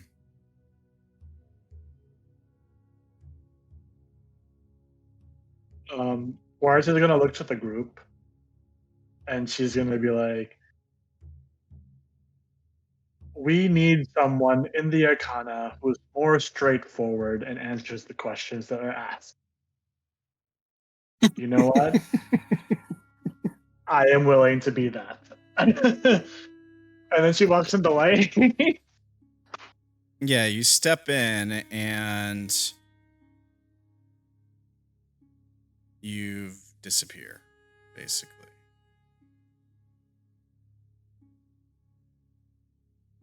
Like, for anyone watching, we see your form just as you enter the light, your form is like scattered apart, like sand.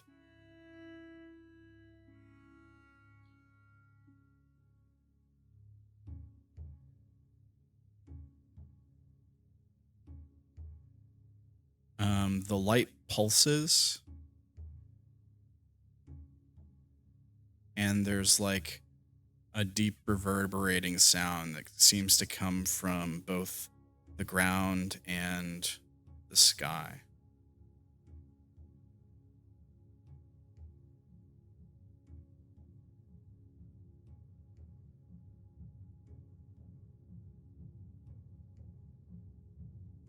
Yeah.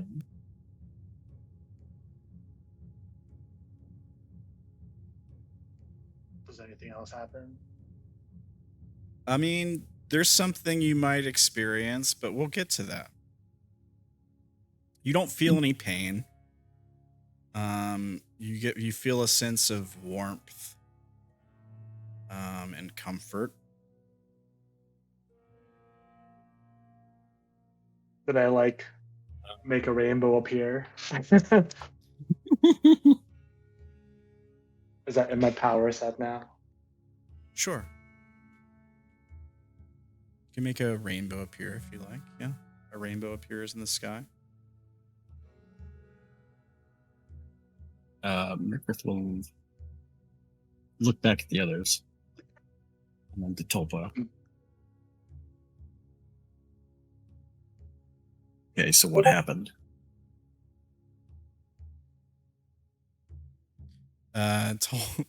Tulpa kind of grins and looks down at you, and says,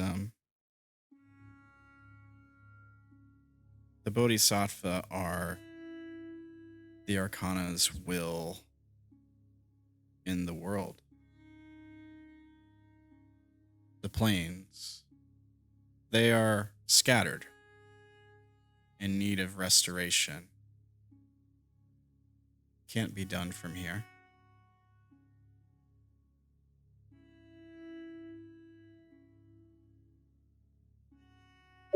Tulpa like holds out a What hand. happened to Quartz? He's telling you what happened to Quartz. Yeah, that's what he's saying. Oh, okay. It's basically saying Quartz ascended to a bodhisattva, and so they're not on this plane of existence anymore. That's basically what he's saying. He holds out a hand, like palm open towards the light, as if like basking in its warmth for a second, like it was a campfire.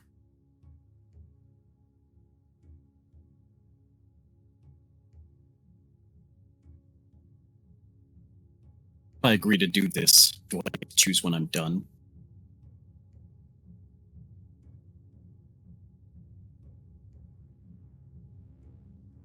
No. Turns away from the fountain.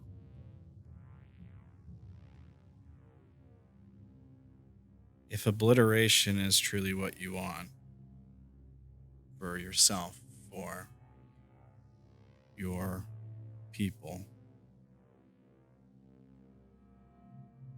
I'll select another. But for the record, No, my people were supposed to get a place in heaven, remember? He like approaches somewhat menacingly towards Stolpa, trying to look a little intimidating. yeah, he doesn't even seem to like pick up on it. Like he doesn't seem threatened by you at all. Yeah, he nods and he says, he like gestures around him with two open arms. And he says, we'll have our own domain for them here, like he did.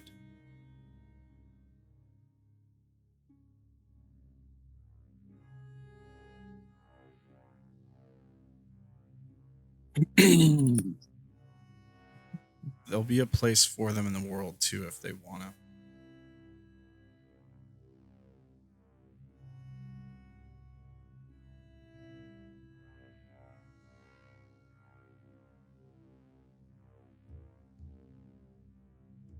We'll keep your word this time.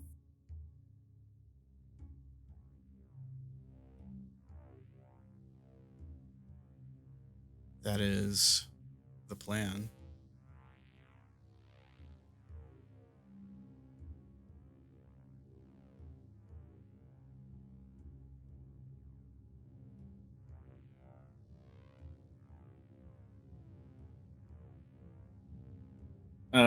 America steps aside, but like, I can do what you want. Okay. We cut away for a moment because I want to get this done.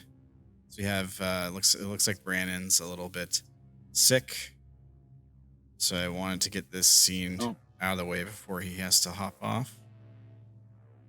So we cut away to the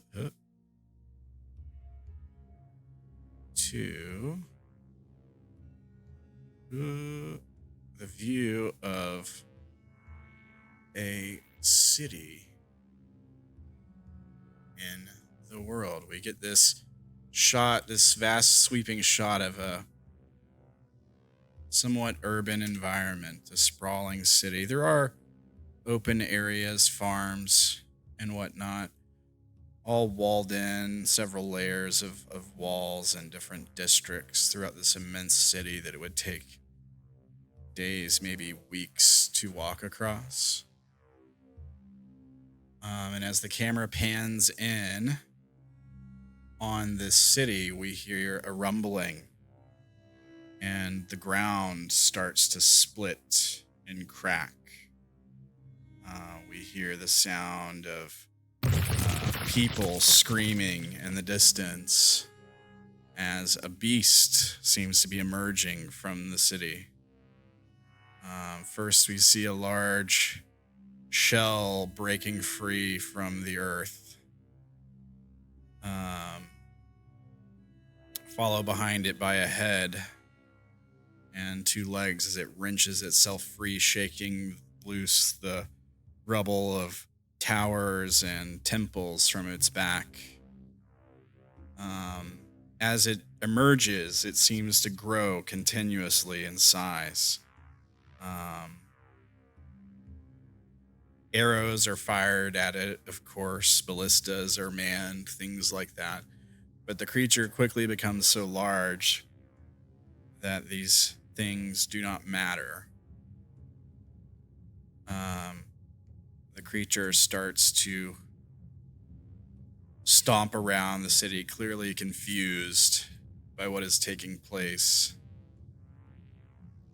Eventually, making way for the water.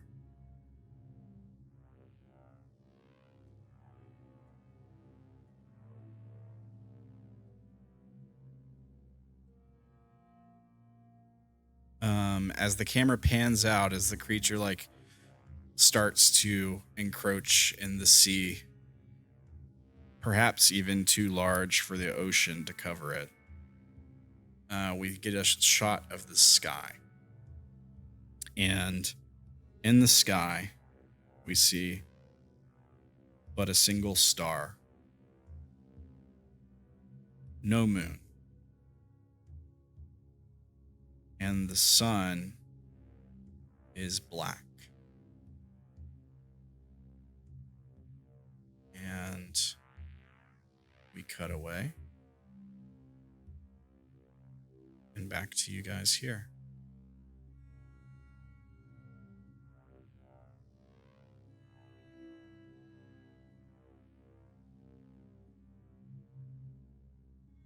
We're done, Brandon. He's got a really bad headache. You can take off, buddy. Thanks for playing. Have a good night. Bye, man. Brandon. Thanks, Brandon. See ya.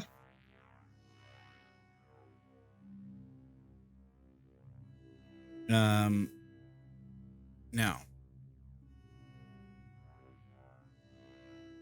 you guys can see Brandon in the next campaign, maybe tomorrow night on Unknown Berkeley. Now, how do the rest of you want to settle this? You have a chance to reflect on things, to make a decision here. What is it you all do?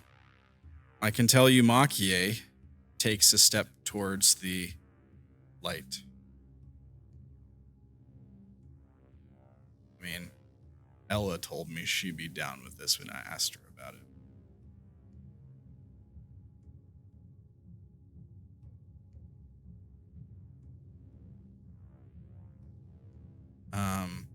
Tulpa says, "What will it be then? Leave the fountain to its fate, heaven, the arcana, or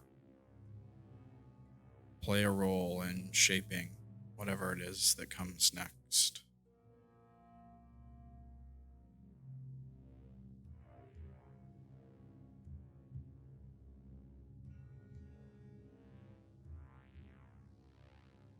Mhm.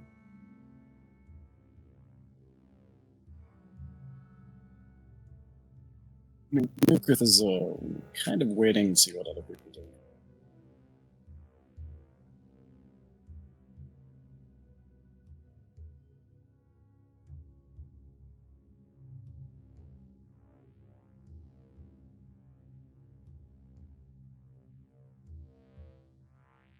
I mean, that literally just leaves Aben Birdie.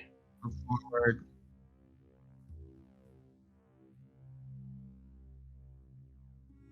And then they're gonna go inside the light. Yes, you step into the light and you vanish.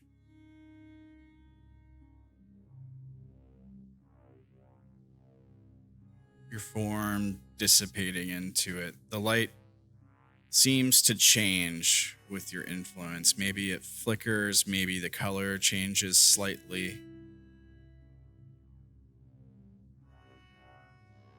It seems to react.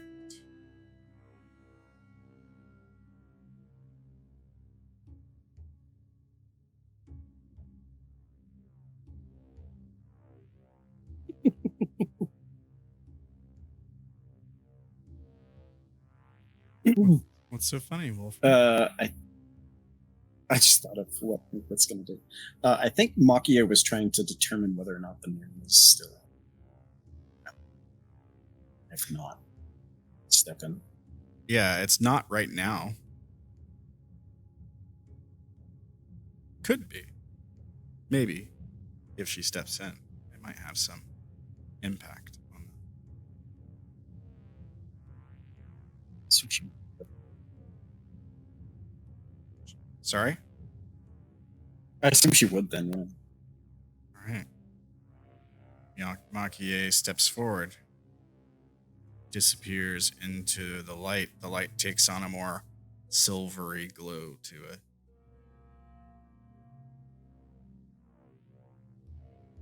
The moon appears in the sky above.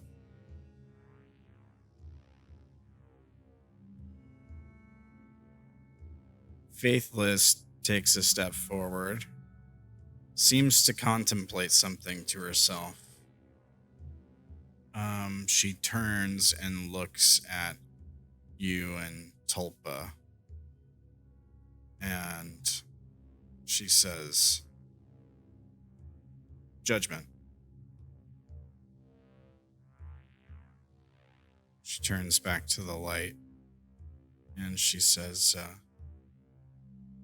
she seems more confident when she repeats it. "Judgment is the one I'll take." And she steps into it and vanishes.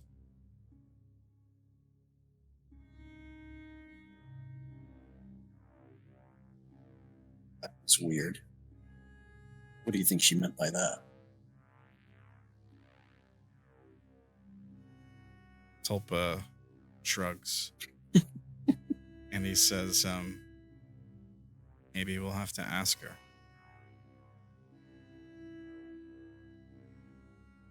Have you come to a decision? Murkrith hesitates a second more, and then he says, "After you."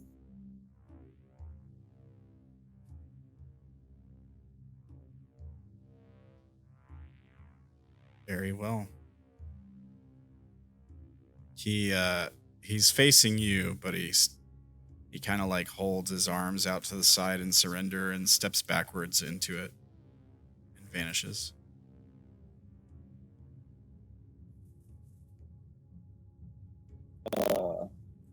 Murkrith takes a second to look around, smell the carnage and air and everything, wait to see if anything happens, because he somewhat suspects this is a trap. And then he kind of like growls and steps in. Yeah. And we see you disappear. And the camera just kind of lingers on this swirling light for a moment as the scene fades out and fades back in on the sound of a campfire.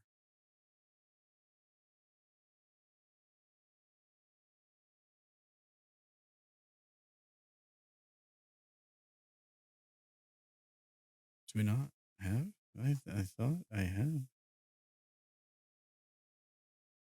Could have sworn I had.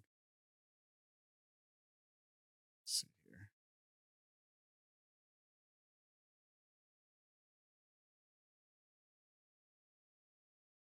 here. Uh, uh.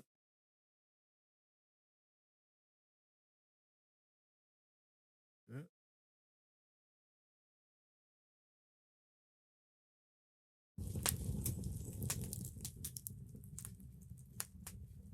There we go.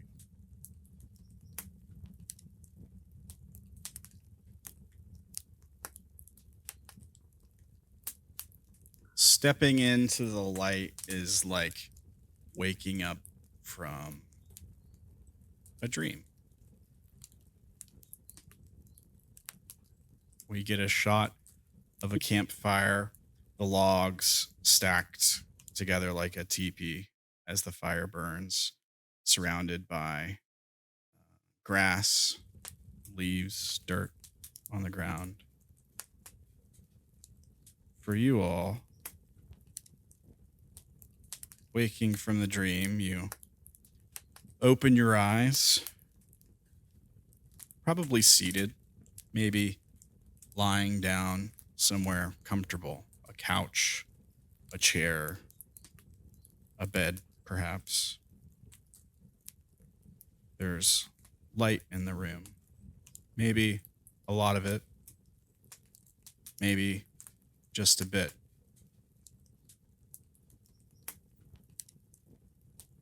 The flickering of some device or screen, perhaps, as you hear suddenly a familiar voice, one you've been hearing all along, but maybe you're just now noticing for the first time, says, "Well, thank you all for playing Forest of Flesh. It's been an honor playing with you guys."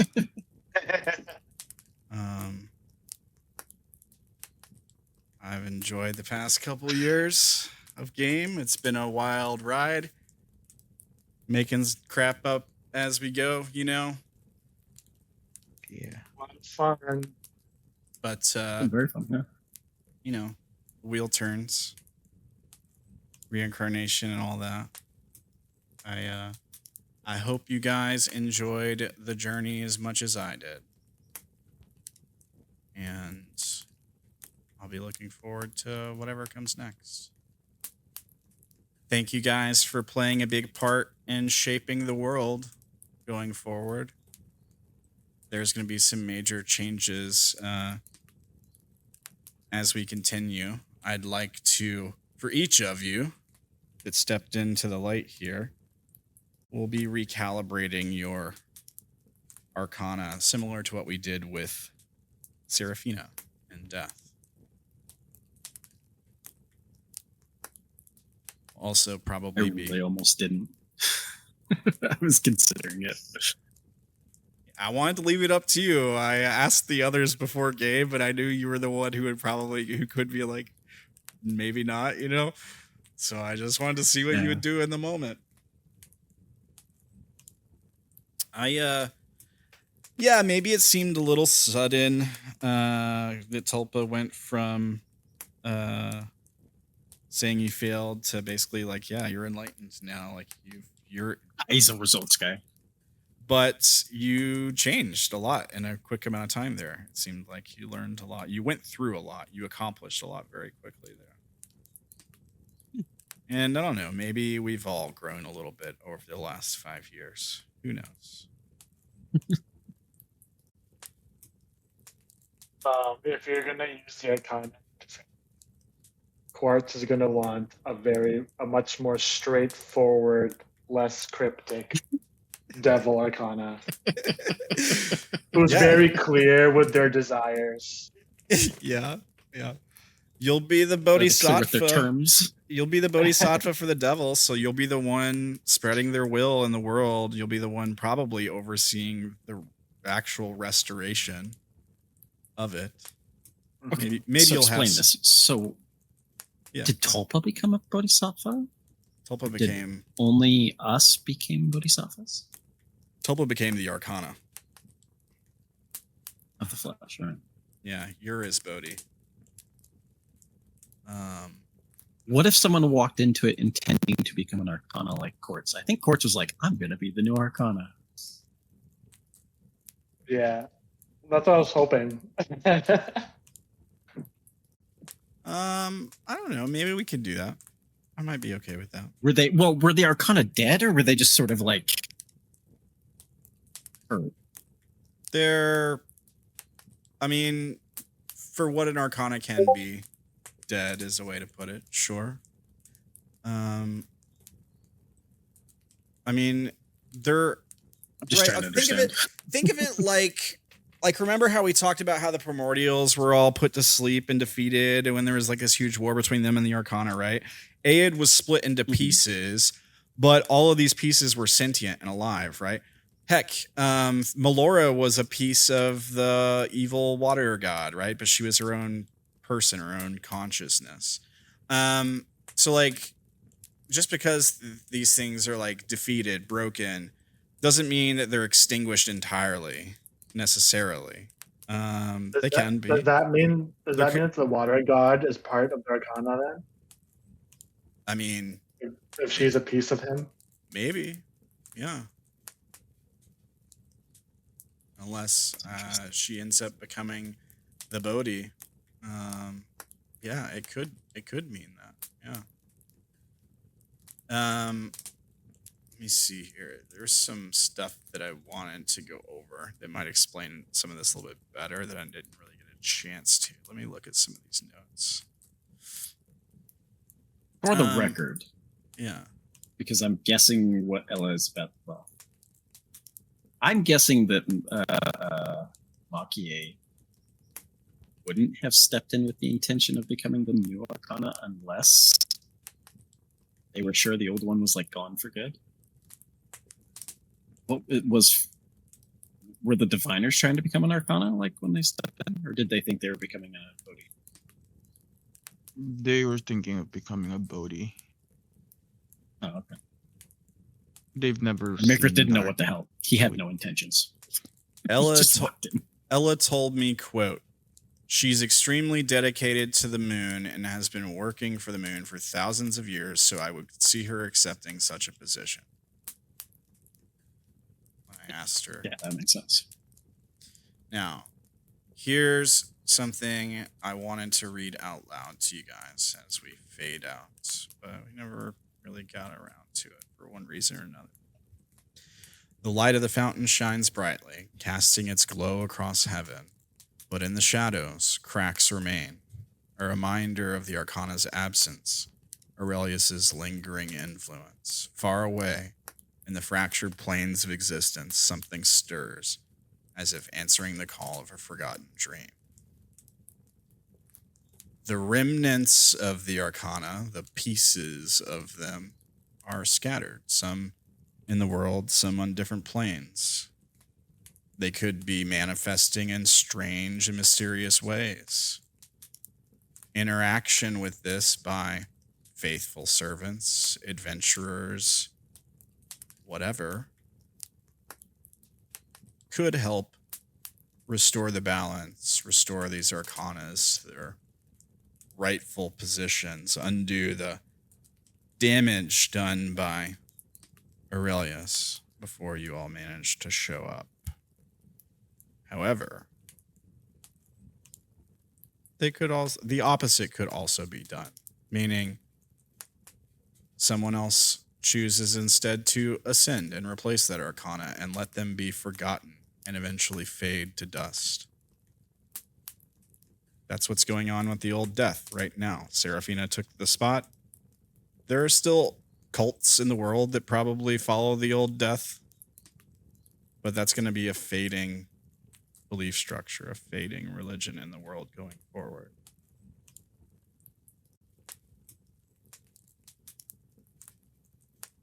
Be a similar thing with each of these arcana, except maybe one or two of them.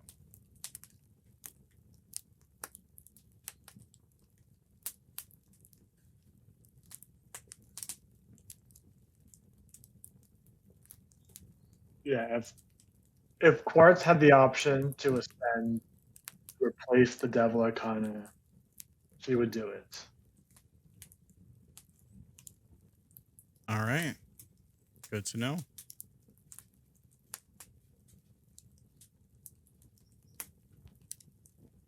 Now, yeah, I'll make a note of that actually.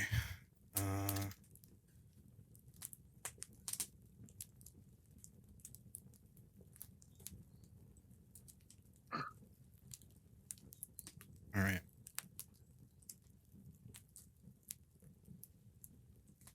So maybe there's 3 that are in play now. Well, technically 4. We might keep Seraphina too. Maybe she escaped. Miracle doesn't care. Bash cares. Is the tower still in? Don't know. We have to wait until the next campaign to find out. Maybe. Maybe not. We know Nurnum escaped, but he might have been mortally wounded. Did he? I thought he was dead. He got teleported away by Uberma, right? Who then teleported himself away. Oh, But that doesn't mean that the tower survived necessarily.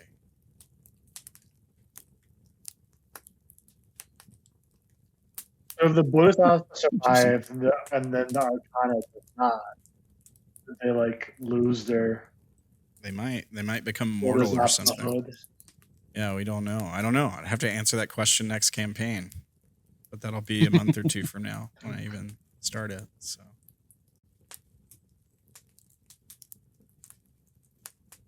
Well, thanks, Ramblin, for being a really good DM. thanks for playing, guys. Years, yeah. I wish we had more time to wrap this thing up. I think that there was a lot of stuff that I wanted to get into that I didn't really get a chance to. There was all these little side things and tangents and stuff that I wanted to explore that I never really got to. It was kind of it was super stressful to try to wrap this up in like 3 sessions. But I mean, I don't know. I think it went about as good as it could go. So yeah, I mean, thank you guys for playing. It's been great playing with you guys. Of course, you guys are always welcome back.